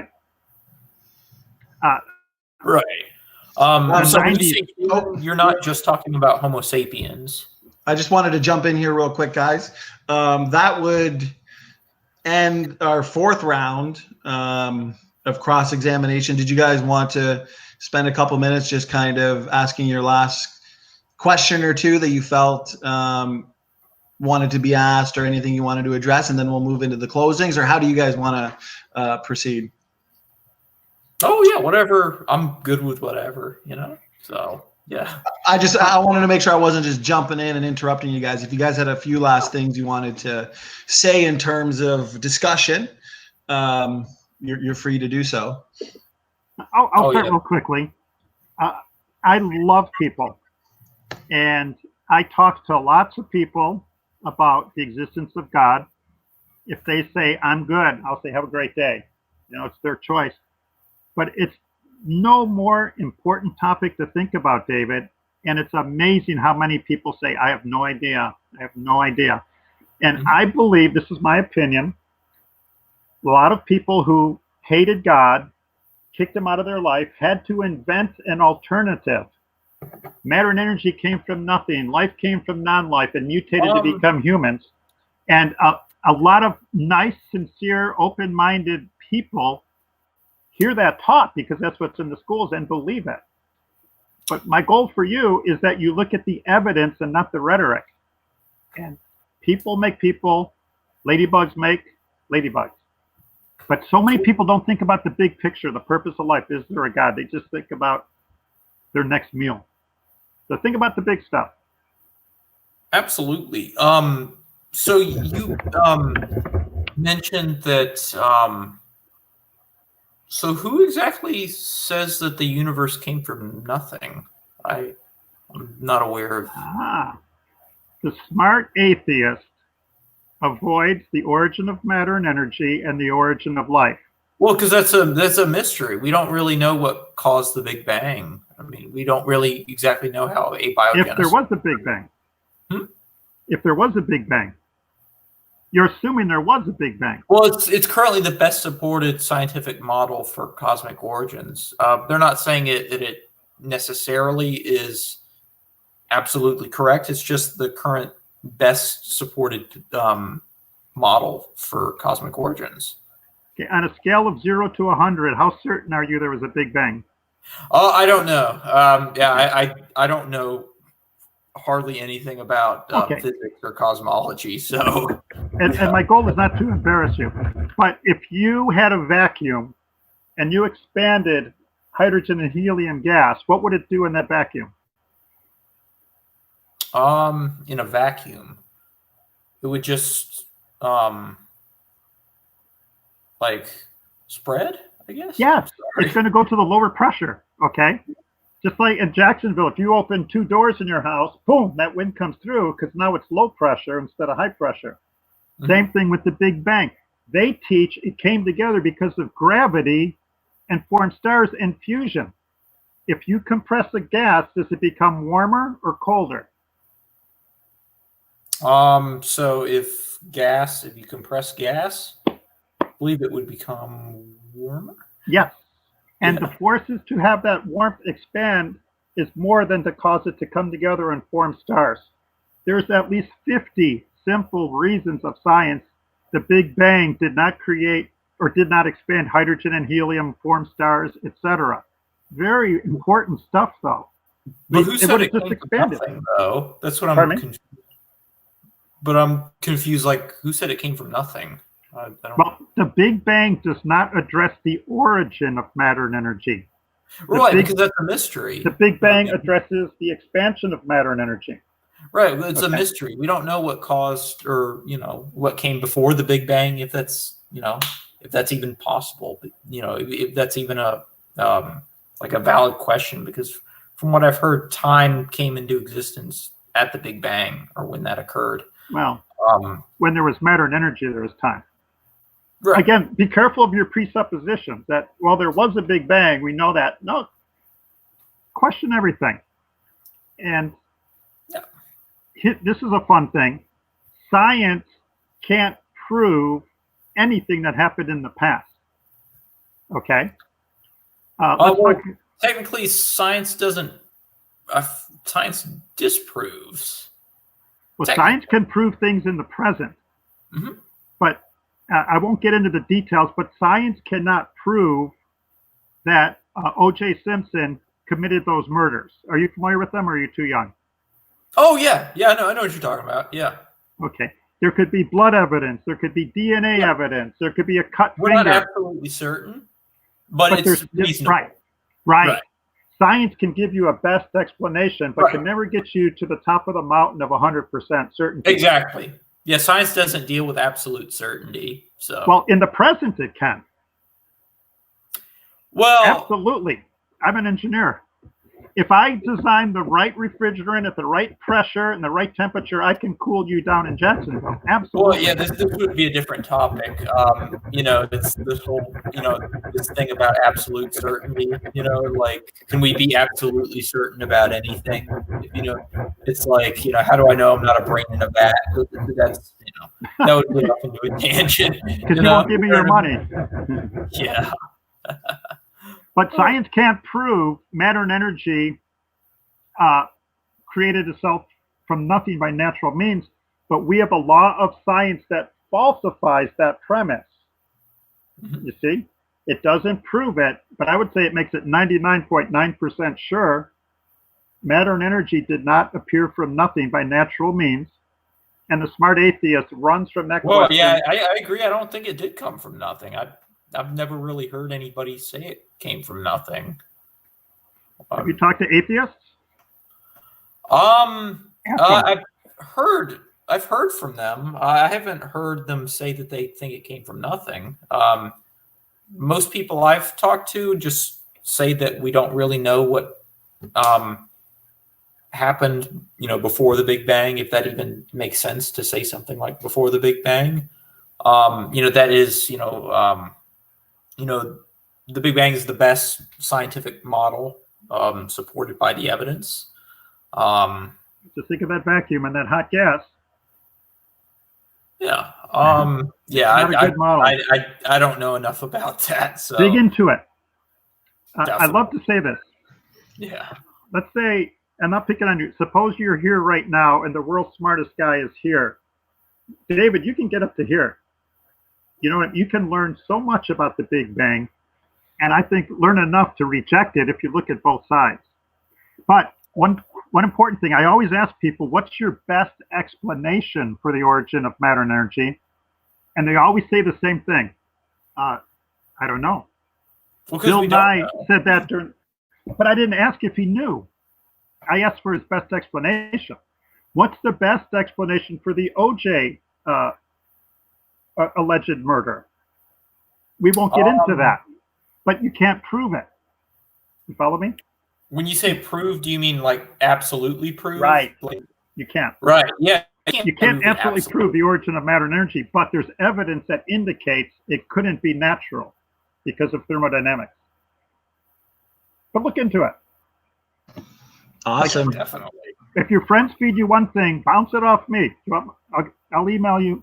My email is billyjack1@hotmail. Bounce everything off me. And see what your atheist. It's such an important topic. That's why I'm debating. We're not debating. I don't know, politics. I don't care about that. But right. Eternity is important. Yeah. Well, that was a really good discussion, guys. Really good debate, actually. You guys kept it fun, engaging. You guys always make for a good time, so I appreciate it. Why don't we jump into the closing statements? I know we could probably do this discussion portion forever, but we do have a lot of good questions as well. I'd like to get to as many of those as possible. Beforehand, did we agree? I think it was a 5-minute closing, gentlemen? 5 or 6. Let's call it open. Yeah, you know what? Whatever time you guys need. Why don't we start with you, Bill, since you kicked us off with your opening. Take as much time as you need. I don't want to rush you. When you're done, we'll just give David equal amount of time. Oh, you said take as much time as I want? Maybe not quite an hour, but I was born in 1960, and I was born cesarean. So whenever I leave the house, I go out the side window. Okay. Anyways, which came first, the chicken or the egg? I believe it couldn't be a chicken. It couldn't be an egg. You need 2. It's called sexual reproduction. I lovingly challenge all evolutionists to try to explain the origin of sexual reproduction. How does half an organism population become male, half become female, and then they have the instinct and know how to breed? I believe the first chicken, the first rooster male and hen female had to be adults to take care of themselves and then take care of their young. They had to be in the same place. They needed the right food, the right oxygen, the right gravity, the right temperature, thousands of things. I believe the Garden of Eden teaching is a literal truth where a designer God made male and female, also for bears, for penguins, and for people. Male and female adults. Very important question though. Okay? So if you think humans have bacterium ancestors, ask yourself, is it because you've seen evidence for it? Or you've been told there's evidence for it? Or maybe C, you're hoping there's evidence for it. Don't live your life on hope. Live your life on evidence and facts. Seek them out. Question authority. The smartest thing you can do. In the United States, in the schools, you can question every single person except one person, Charles Darwin. That's not right. For my buddy David, question Darwin, question Ken Ham, question Dr. Hovind, question everybody. Please question Darwin, and I think you'll see another spelling there. Your beliefs will abandon you in the theory of evolution. 3 questions. Why do I believe a designer exists? Because it's design. The atom is a design. The molecule is a design. Your skin cell is a design. Your body is a design. That requires a designer. Suppose we got 100,000 smart people from New Guinea who'd never seen this, and we said nature carved this out over millions and millions of years. They'd say that's nonsense. That's the result of a design. Then these guys went to college at UCLA. The professors would teach them, well, the human face is the result of time, nature, and chance, that there is no designer. And sadly, nobody questions that. This is a design. That's a design. This designer was smart. This designer has intelligence beyond comprehension. Okay? Suppose you came home, David, you saw this on your driveway, 15 stones. You would probably guess it's the result of chance, that pattern. Looks like chance. Suppose you came home the next day, you saw this. You'd say, wow, somebody laid those out in a straight line. That's the result of design. But you could only be 99% sure, 1% faith, because you weren't there. Suppose you saw that on your driveway. Wow, that's got to be a design, but you can't be sure because you weren't there. Now you're 99.99999% sure, 0.00001% faith. You can never be 100% sure, but that sure looks like a design. Everybody watching, and David, what's more complex, 150 stones in a circle or the human eye? The eye is infinitely more complex, which requires a designer, but you still can't be certain because you weren't there, but it's minuscule. I believe the atheist who thinks eyes happen by chance, optic nerves, the visual cortex have much more faith than people who believe in a designer. True or false, your dog can see better than you in the dark. It's true. They have what's called a tapetum. Behind their retina, they can bounce the light off to get twice the amount of benefit from the same amount of light than we do. That's why you see that eye shine. How in the world could time, nature, chance, natural selection, and mutations make that? I believe that is an emotional belief, not an intellectual belief. Why is the theory of evolution not scientific? It's not been observed. Fossils have been observed and interpreted, but other people have interpretations of the same fossils. There's no fossil evidence for it. Dig deep. It's an important topic. We're not talking about politics. We're talking about eternity and truth. And I could list a million more things. It's called zoology, taxonomy, genetics, biochemistry. God made bees, fleas, peas, and trees, and that's all they can make. Okay? So, question, are you going to believe drawings and words, or are you going to believe your eyes? I shared this in my last debate. There once was a man in the middle of Indiana who was convinced he was dead. They collected a bunch of money, and they got the world's smartest guy from Florida to come up and talk to him.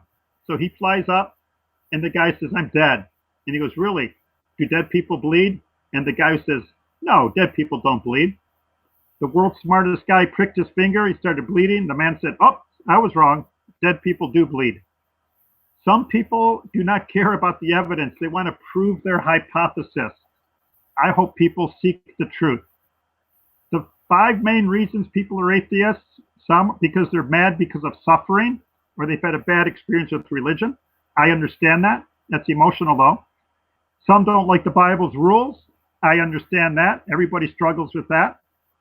Some people are too prideful to be humble to a God. Some people follow the peer pressure. Well, if this is what smart people believe, that's what I want to believe. And some people sincerely believe they're defending what they love, science. Well, I don't think anybody has studied the human finger, hand, wrist, shoulder, elbow, and concluded, wow, this is not a design. I believe they're motivated by one of these 5 reasons, and I've talked to a lot of them. Okay? So, when you see your eye, your optic nerve, and your visual cortex, Are you going to choose to believe it's the result of a designer with an IQ of infinity or nature with an IQ of 0? And is your goal truth or trying to prove what you want to be true? I thank you for the debate, David, and I hope you continue seeking truth and email me with challenges and questions, and let's get this figured out. I care about you. Awesome. Well, thanks so much for that concluding statement there, Bill. David, take as much time as you need as well. No rush at all. And then we'll jump into the question and answer. We got some good questions for you guys, so should be fun. Go ahead, David. Awesome. Yeah, thank you so much, Bill. That was really awesome. And you're such a darn nice guy. So thank you so much for tolerating, me and all that. So now regarding the recognizing design, I think we would all agree, seeing Mount Rushmore, we would totally agree that it just formed like that naturally and people didn't carve that. That's because we don't really recognize design things by the complexity. We recognize them by their whether or not they occur naturally. So like a paperclip, it's not too complicated, but we would reasonably conclude that it was designed. Whereas say a flower, it's complex, but they naturally occur. They reproduce, and so design's not necessarily, or complexity is not necessarily indicative of design. It's more like contrasting things in nature and seeing if they naturally occur. So, yeah, I'm definitely going to have to look more into the cosmology. That wasn't me. I'm sorry? Somebody burped. It wasn't me. Yeah, definitely. I'm definitely going to learn more about that and see if I can help go into more detail about that. So, yeah. You might be a lone wolf. You might be criticized and teased, but truth is worth it. Yeah. Awesome. Is that all the time you need there, David? Yeah, sure. Awesome. Okay. Well, thank you. Short and sweet. Guys, thanks so much for an amazing debate. I got to say, not just myself, but the audience as well. Both of you guys did a really good job. So thanks so much. And we got some good questions. Probably not going to be able to get to all of them or else we'll be here all night. And Film Free has an after show right when we're done this. Anybody's invited, anybody in the chat, David, Bill, of course. So just want to let everybody know that, but let's get right into it. So we'll go super chat from George Bond. Thanks so much, George. He says, Bill Morgan, Billy Jack was one of my favorite movies. You're old like me, George. And his name's not George Bond, it's Bond. George Bond. Related to James Bond. Yep. That's why George is so cool. Okay, so let me see here. Question for David. Question is from Evolution is Alien Science. Thanks for your question. What evidence would convince you evolution isn't true? Yeah, like finding like fossils of dinosaurs and humans, and trilobites all mixed together, as well as radiometric dating, if these layers had all been dated at the same time period. And those are a few examples. Those would help broaden my, or that would help, convince me otherwise. So, yeah. Would you like a response to that there, Bill? Yes. I don't want to put David on the spot, but I can't speak for everybody, but they seem like a good bunch. Could me and other people email you where there were all kinds of errors in radiometric dating because it's an interpretation of the chemical elements. It's not measuring the date. Would you be open to people emailing you, like they could say, challenge Yeah. to radiometric dating? Oh, Could you yeah, provide definitely. your email? Yeah, sure. It's davidpalmer98@gmail.com.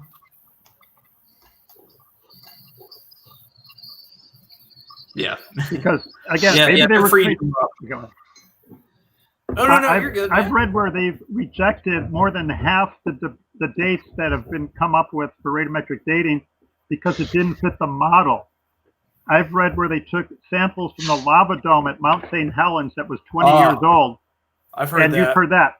380,000 years. And you can't date if you're Wait, going to use potassium let me finish real quick. or uranium lead dating. Wait. Let me finish real quick. Mhm. 380,000 years or 280,000 years to like 3 million. At least, wouldn't you at least get the same age? Each lab came up with a different date, and it was only a couple years old, maybe 20 years old. Right, because it has to. If it's that young, it can't be dated because you have to wait at least, I believe, 100,000 years or more when using radioisotopes that they used. So, like carbon dating, for example, which doesn't really apply in this case, but carbon dating is only good to date things around 100 years old and around 50,000 years old. So if you were to carbon date like an animal that died just 5 days ago, you're going to get false readings. So it's the same type of concept as that. I don't remember exactly what type of radioisotopes that they were using at Mount St. Helens. But yeah, you'd have to wait, or I think it's around 100,000 years for lead, I believe. I'm going to give you a couple. You're a smart guy. Mhm. Let's put all by. Do you see any problem with what you just said? Well, it's got to be 100,000 years old or you can't date it. Right, and so they use that? multiple different radioisotopes with similar half-lives, and if all those radioisotopes give them the same age, then it's reasonable to conclude that it's pretty accurate reading. So, but you don't see any problem with what you said. If it's less than 100,000 years old, you can't date it. It's not science. I'm sorry? Science measures things. Right. Well, they temperature, measure weight, mass. Weight and mass. I'm sorry? Science measures things. Mm-hmm. To say, well, we can't measure this until it's 100,000 years old, that's not science. That's philosophy. That's assuming that they know what it should be. You follow me? Well, they use multiple different radioisotopes. They don't just rely on one. So right, and I'm going to email you lists where they've had different dates, and then they'll pick the one they want to fit the model. Okay, yeah, I'll have to see which one you're talking about. If you know what I mean. So, but even if the Earth were trillions of years old, David, you're not going to get non-life to become bacteria and mutate into a redwood tree. So I don't give up the young Earth, but I will grant you trillions of years of age. You're not going to get male. Isn't that a good point? How in the world does a male and a female evolve, David? Oh yeah, the evolution of gender or sex or sexual reproduction. From what I've heard, that evolved around some of the very most primitive single-celled organisms.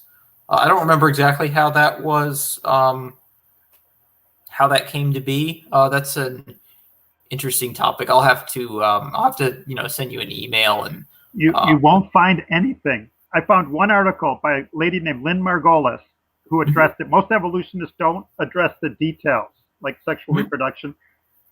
Not to embarrass you, but you've got 46 chromosomes in all your cells except your gametes. You have 23. Lynn Margolis said that's because of cannibalism, that organisms were eating each other and not fully digesting some of them. So in different parts of their body, they had twice as many chromosomes. Brother, the Bible is much more reliable than cannibalism resulted in sexual reproduction.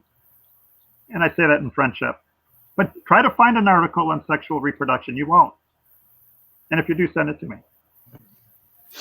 Awesome. Okay. Well, thanks so much, guys. Good answers, good back and forth. You guys keep it fun, that's for sure.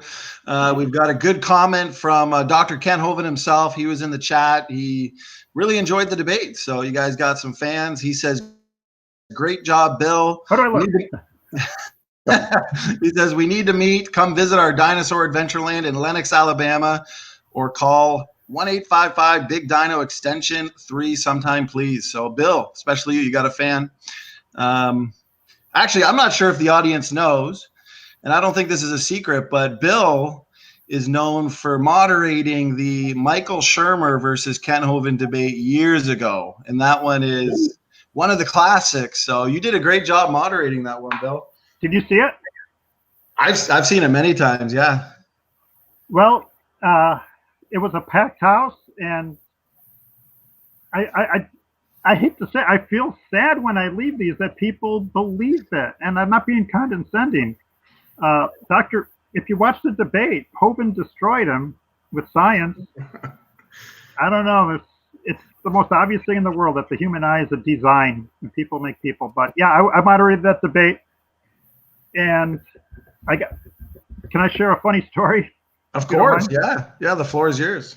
Okay. So I write a creation newsletter. If anybody wants to get it, I'll be happy to send it to them. It's always short. And I found out there was going to be a debate at UC Irvine. So I wanted to put it in my newsletter, and I called the Christian group, and I said, hello there, could you give me details on the debate? And they said, yeah, Shermer versus Hovind. And I said, great. What's the format? We don't have one. Okay, who's the moderator? We don't have one. So I said, I'll moderate. I don't know how to moderate a debate. So I did the debate, and they said, we expect a lot of people. So I said, how are you going to do question and answer? And the young person said, well, after they're done, we're going to pass out cards. They'll write their questions. We'll collect them and ask the questions. And I said, you won't have time.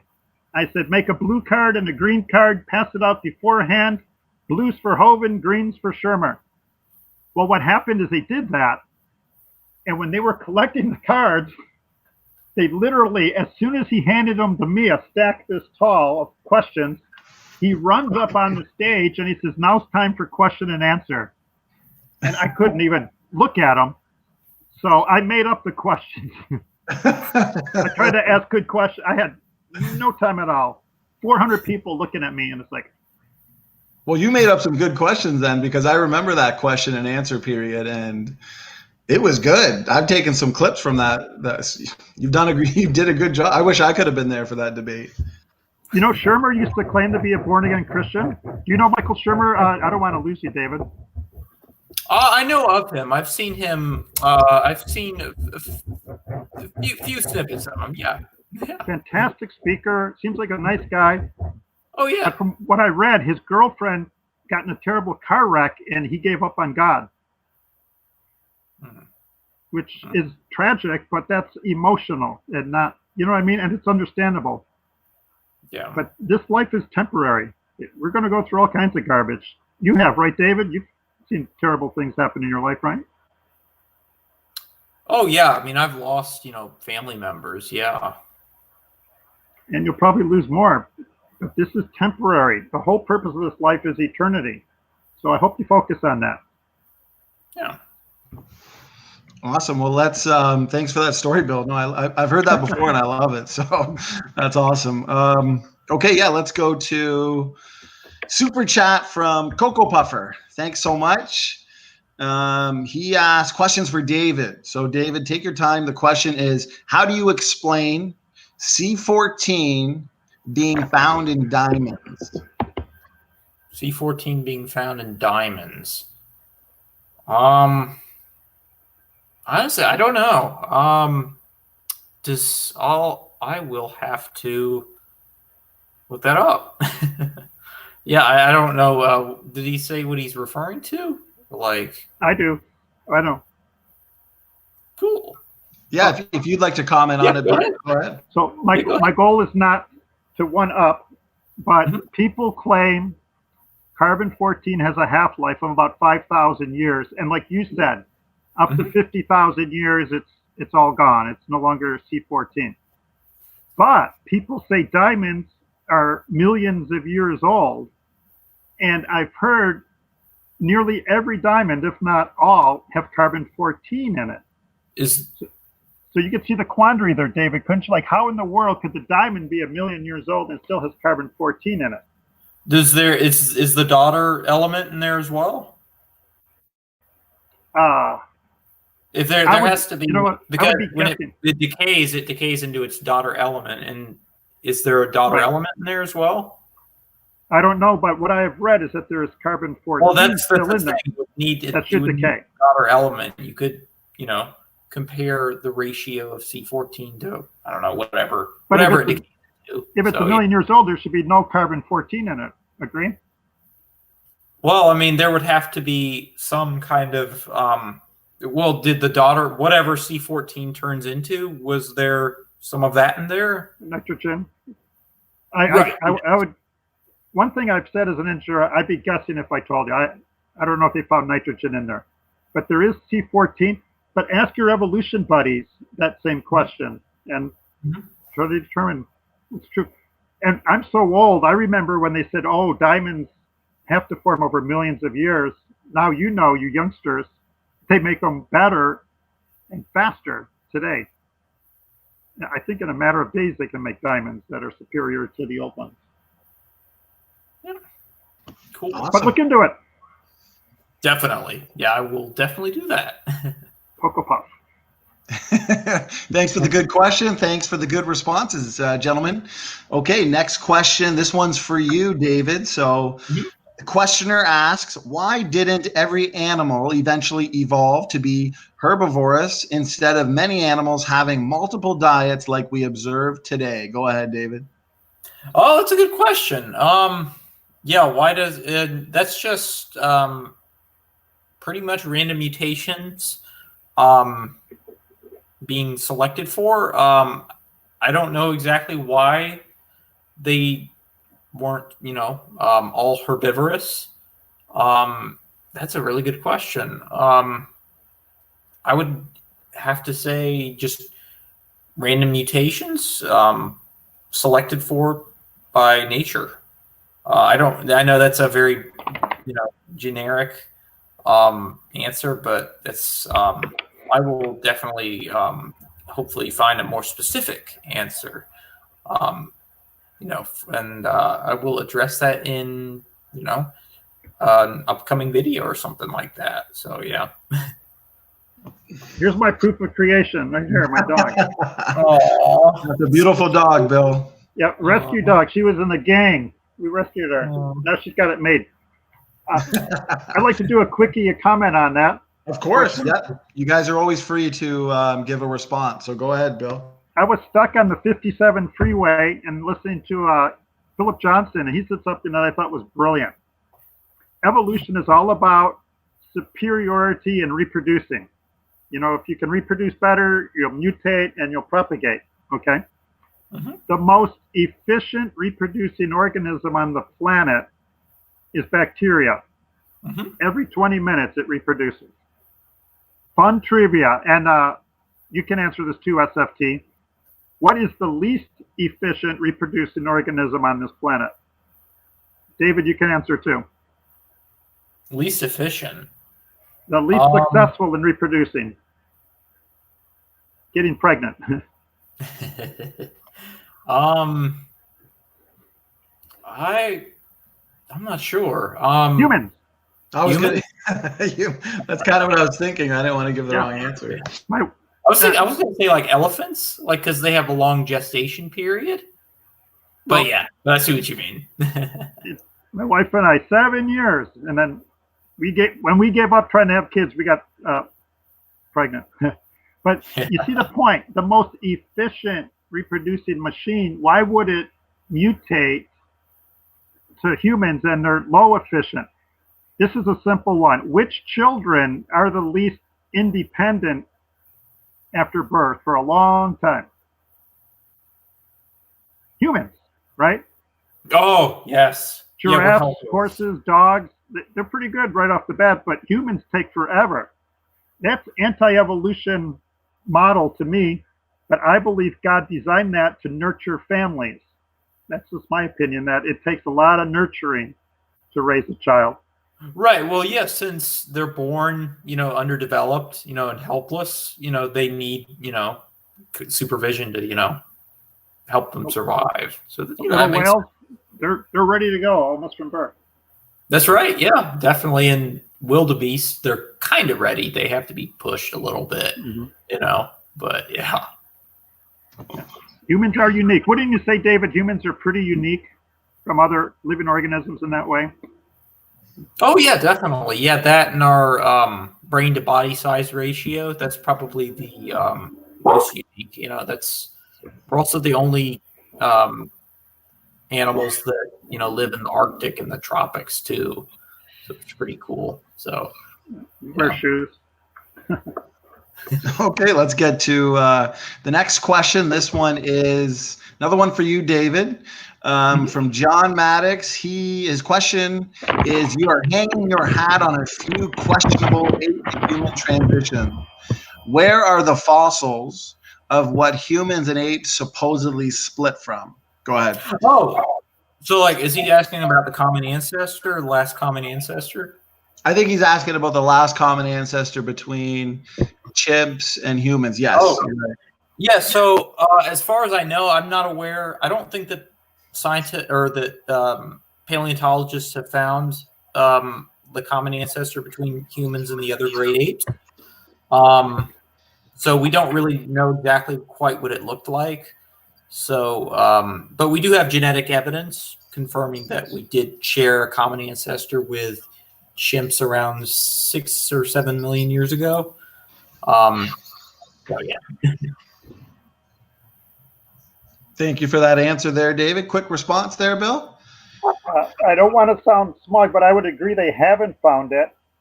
I have quotes where they admit they haven't found it. And I have quotes where they say, yeah, they have not found fossils of the common ancestor. They haven't. LCA. And then the quote even goes on to say, we're not even sure what it would look like. And they disagree on what it should we don't look know like. what it looks like. So we don't know. You don't know what you're looking for. Well, I'd say they won't find it because it doesn't exist. But, fossilization is a very rare, thing, and especially if you live in a jungle environment, that's not the best place to become fossilized. So. Now, people say fossilization is rare, but would you agree there's over 1 trillion fossils? Absolutely, because there's just so many things that have because there have been so many things that have lived, and then that just shows how many things that have lived, Well, that brings me right to Ken Hoven's comment/question. So this one's for you, David. He says, animals die today by the millions, yet none will fossilize. They are scattered by the buzzards, coyotes, and ants. One fully articulated skeleton is clear evidence of rapid burial. What do you say, David? I don't think so. They don't find full remains, especially of I'm not aware of like dinosaurs, for example. They don't find fully intact skeletons. That's very rare. They might find the ribs, the backbone, as well as like a leg, and then the head. But they might, have a missing arm or a missing, leg or a missing tail or something like that. You might find 60% or 70% of the animal. So you don't always find fully intact fossils. And as far as rapid, that it all happened at once, I don't really think so, especially considering how you find different animals in different layers, like trilobites and, dinosaurs, you don't find them mixed with humans. So I'm very skeptical about it all happening at once. So yeah. Quick response, Brother Bill? Let's have a little fun. David, suppose you got hired by the Jacksonville Police Department and you're a detective, and they say, what is the cause of death of the dinosaurs? What would your best forensic science tell you was the cause of death for the dinosaurs that have been found? Based on what I've seen and what I've heard, again, that they, and from what I've heard, they also admit that they don't really know exactly what it was, but they say that probably the thing that contributed to their extinction the most was the asteroid impact, and that's based on a crater in the Yucatan Peninsula in the Gulf of Mexico. And there's also a layer of iridium around in different layers. Well, yeah, there's this layer of iridium all over the world, and it's dated to around 65 million years old all over the world. And iridium is very rare on Earth, but it's very common in asteroids. And above that line, we have yet to find any non-bird dinosaurs or any non-avian dinosaurs. We have yet to find any dinosaurs dated younger than 65 million years, or whatever around the time of the iridium layer. So yeah. Okay, maybe you didn't understand my question. You were tasked to find the cause of death of the dinosaur fossils that have been found. We don't know what killed dinosaurs. So like what? Dinosaur Leo living there. We don't know what killed him. The dinosaurs found. What was their cause of death? You have forensic science. Oh, okay. So as far as looking at how that individual fossil died, you would have to look at their bones, like if it had any, bite marks on it or anything like that. If it had like looking at bite marks and looking at bones, you might be able to tell how old the thing was, whether it was, older, around the end of its life. You just look at stuff like that, Suppose I was your junior detective and I said, Detective David, every dinosaur fossil we have found is buried in sedimentary rock. Would that help you as a forensic detective solve the mystery of what killed those dinosaurs? What killed those particular fossils? Yes. The many, many, many dinosaur fossils found are buried in sedimentary rock. Does that offer a forensic clue to the cause of death? Well, you'd have to look at the individual dinosaurs. Okay, we find one in Texas, and it's buried in sedimentary rock. What most likely killed it? Well, I mean, that would depend on, that individual fossil. Now, if you're talking about dinosaurs as a whole and why we don't find any above the KT boundary or, dated younger than 65 million years, that's a different question. But as far as the individual fossil, you'd have to look at the fossil. Okay, it's outside of Dallas, Texas. I find a dinosaur fossil buried in sedimentary rock. Mm-hmm. You're the detective. What's the most likely cause of death? Well, I don't know. I mean, maybe it died of sickness. Maybe it got ill and then it got buried quickly. Okay. But not all at once. Not all at once. It could not have happened all at once, though. That's the thing. I'm very skeptical that it could have all happened at once, especially how we find, find orderings of fossils in these layers. I ask this with respect. Are you afraid to say it probably died from rapid burial, to say it could have got sick and then buried? Because every animal in the world's going to pick its bones and eat it. The sun's going to eat that thing alive, oxygen, microbes. Every dinosaur fossil is in sedimentary rock. What's the most likely cause of death? The most likely cause of death? To be buried in sedimentary rock. Maybe it got trapped, and then it starved. There's a lot of different scenarios. I don't know. I'd have to look at the individual thing. Well, I'm not a paleontologist or a scientist of any kind. But you're a smart guy. It got buried. But but I'm very skeptical that they all got buried in one global. Not even saying that. Mhm. I'm not even going there. I'm giving you a break. But every single dinosaur fossil found is in sedimentary rock. I think we could both agree they both got buried in a violent flood. It wasn't just a bunch of rain, because they would have rotted. In a flood. Well, they got buried. It wasn't just rain. If Jacksonville got a ton of rain and you drowned, you'd rot in no time. You wouldn't be a fossil. But if a mountain of rock and mud buried you, then you might become a fossil. Mm-hmm. See, rain's not. But don't you see my point that the evidence shows each dinosaur died from burial? Question B, was it one flood or a million floods? But the evidence clearly teaches they died from a violent flood. It had to be sudden and violent, because everybody wants to live. Not one global one. I'm not aware of any evidence of a global flood, of a literal global worldwide flood.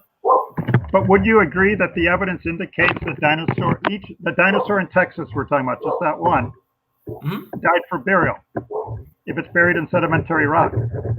Yes. Okay. Yeah, it would have to be buried in order to, avoid being scavenged, Okay, good. And a quick thing on the Brea Tar Pits. Have you ever heard of them? They're in California. Yeah, in California, in LA. Okay. I have a creation friend who wrote a book on the Brea Tar Pits. The evidence is in the tar pits, they've got all kinds of smashed, mashed, bashed bones. Mm-hmm. The secular opinion is that these animals saw their reflection and started to drink and got stuck. Mm-hmm. Doesn't fit the evidence. My friend wrote a book, his name is Bill Weston, that these animals died in a flood, and they were tossed and turned like they were in a washing machine until they became a bunch of mashed up bones, and the mashed up bones got stuck in the tar pits. So if a mountain of mud lands on you, it's very likely you're going to get a lot of your skeleton removed. But anyways, try not to be biased with the data. The data supports the dinosaurs died from a flood. Question 2, was it one flood or a million floods? Okay. Right. There certainly could have been, one, or there could have been many, local flooding events, in certain areas. But as far as a worldwide flood, I'm very skeptical of that. But, you're right. Definitely keep an open mind, And, you know what type of rock is on top of nearly every mountain? I'm sorry? And it's not a pop quiz. Trust me on that. Do you know what type of rock is on top of nearly every mountain? Sedimentary rock. I'm not sure. Yeah, Mount Everest has sedimentary rock on top of it. Mm-hmm. And creationists believe there was a flood, and after the flood, the mountains rose. That's how you get, it's like a cupcake with frosting on it. That's how you get sedimentary rock on top of a mountain like Mount Everest, that they rose after the flood. The Grand Rose Teton. that quickly after the flood? Pardon me? It rose that quickly after the flood? Have you ever researched, and it's not a pop quiz again, have you ever read up on bent strata? I have not. No. Okay. This is kind of a trick question, but we're buddies. Can concrete bend? Can concrete bend? I wouldn't It's kind of a trick question, and my goal isn't like that. I used to pour curbs for a living when I was in high school and college. Yeah, you can bend it when it's soft. Okay. Right. It's different Yes, shapes. I know what you're talking about. Yeah. Well, please Google this, David. Bent strata. All over the earth, the mountains are at an angle. Evolutionists have a hard explanation of how do you bend strata. We talked about concrete. When could strata be bent? When it's soft. When it's pliable. Okay? Mm-hmm. When it's hard, it would shatter. But Google bent strata. I believe there was a flood, and after the flood, the mountains rose, and that would cause bent strata. And it's such a fun pursuit to see that science confirms the Bible, in my opinion, and to teach it and falsifies man's explanation. But you can't bend granite. You can't bend hard rock, but when it's soft, you can. Yeah, I'm definitely gonna have to look that up, and I will address that. Speaking truth. Well, guys, thanks for really good back and forth there as well. This has been a really, really fun question and answer. Like I said, you guys keep it fun.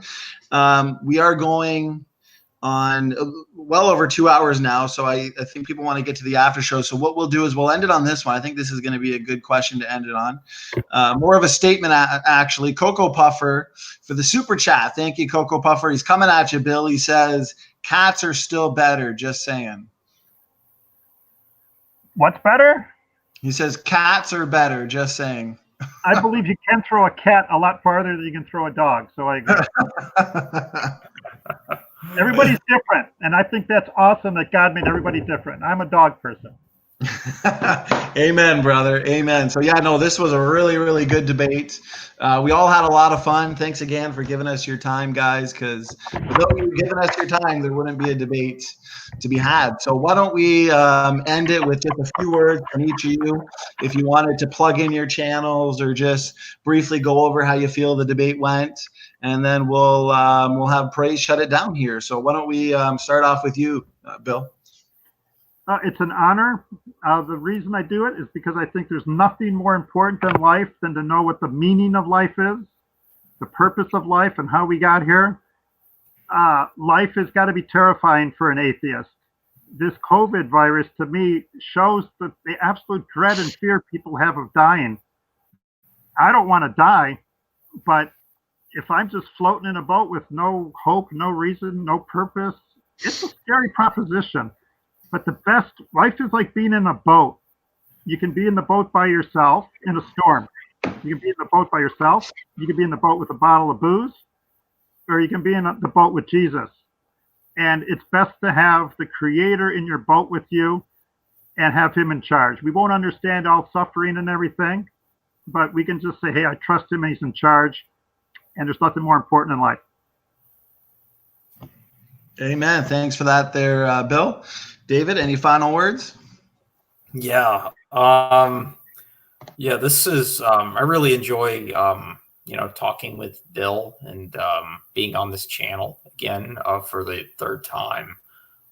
Y'all are so darn friendly, and I really enjoy talking with you guys. Y'all are awesome. So yeah.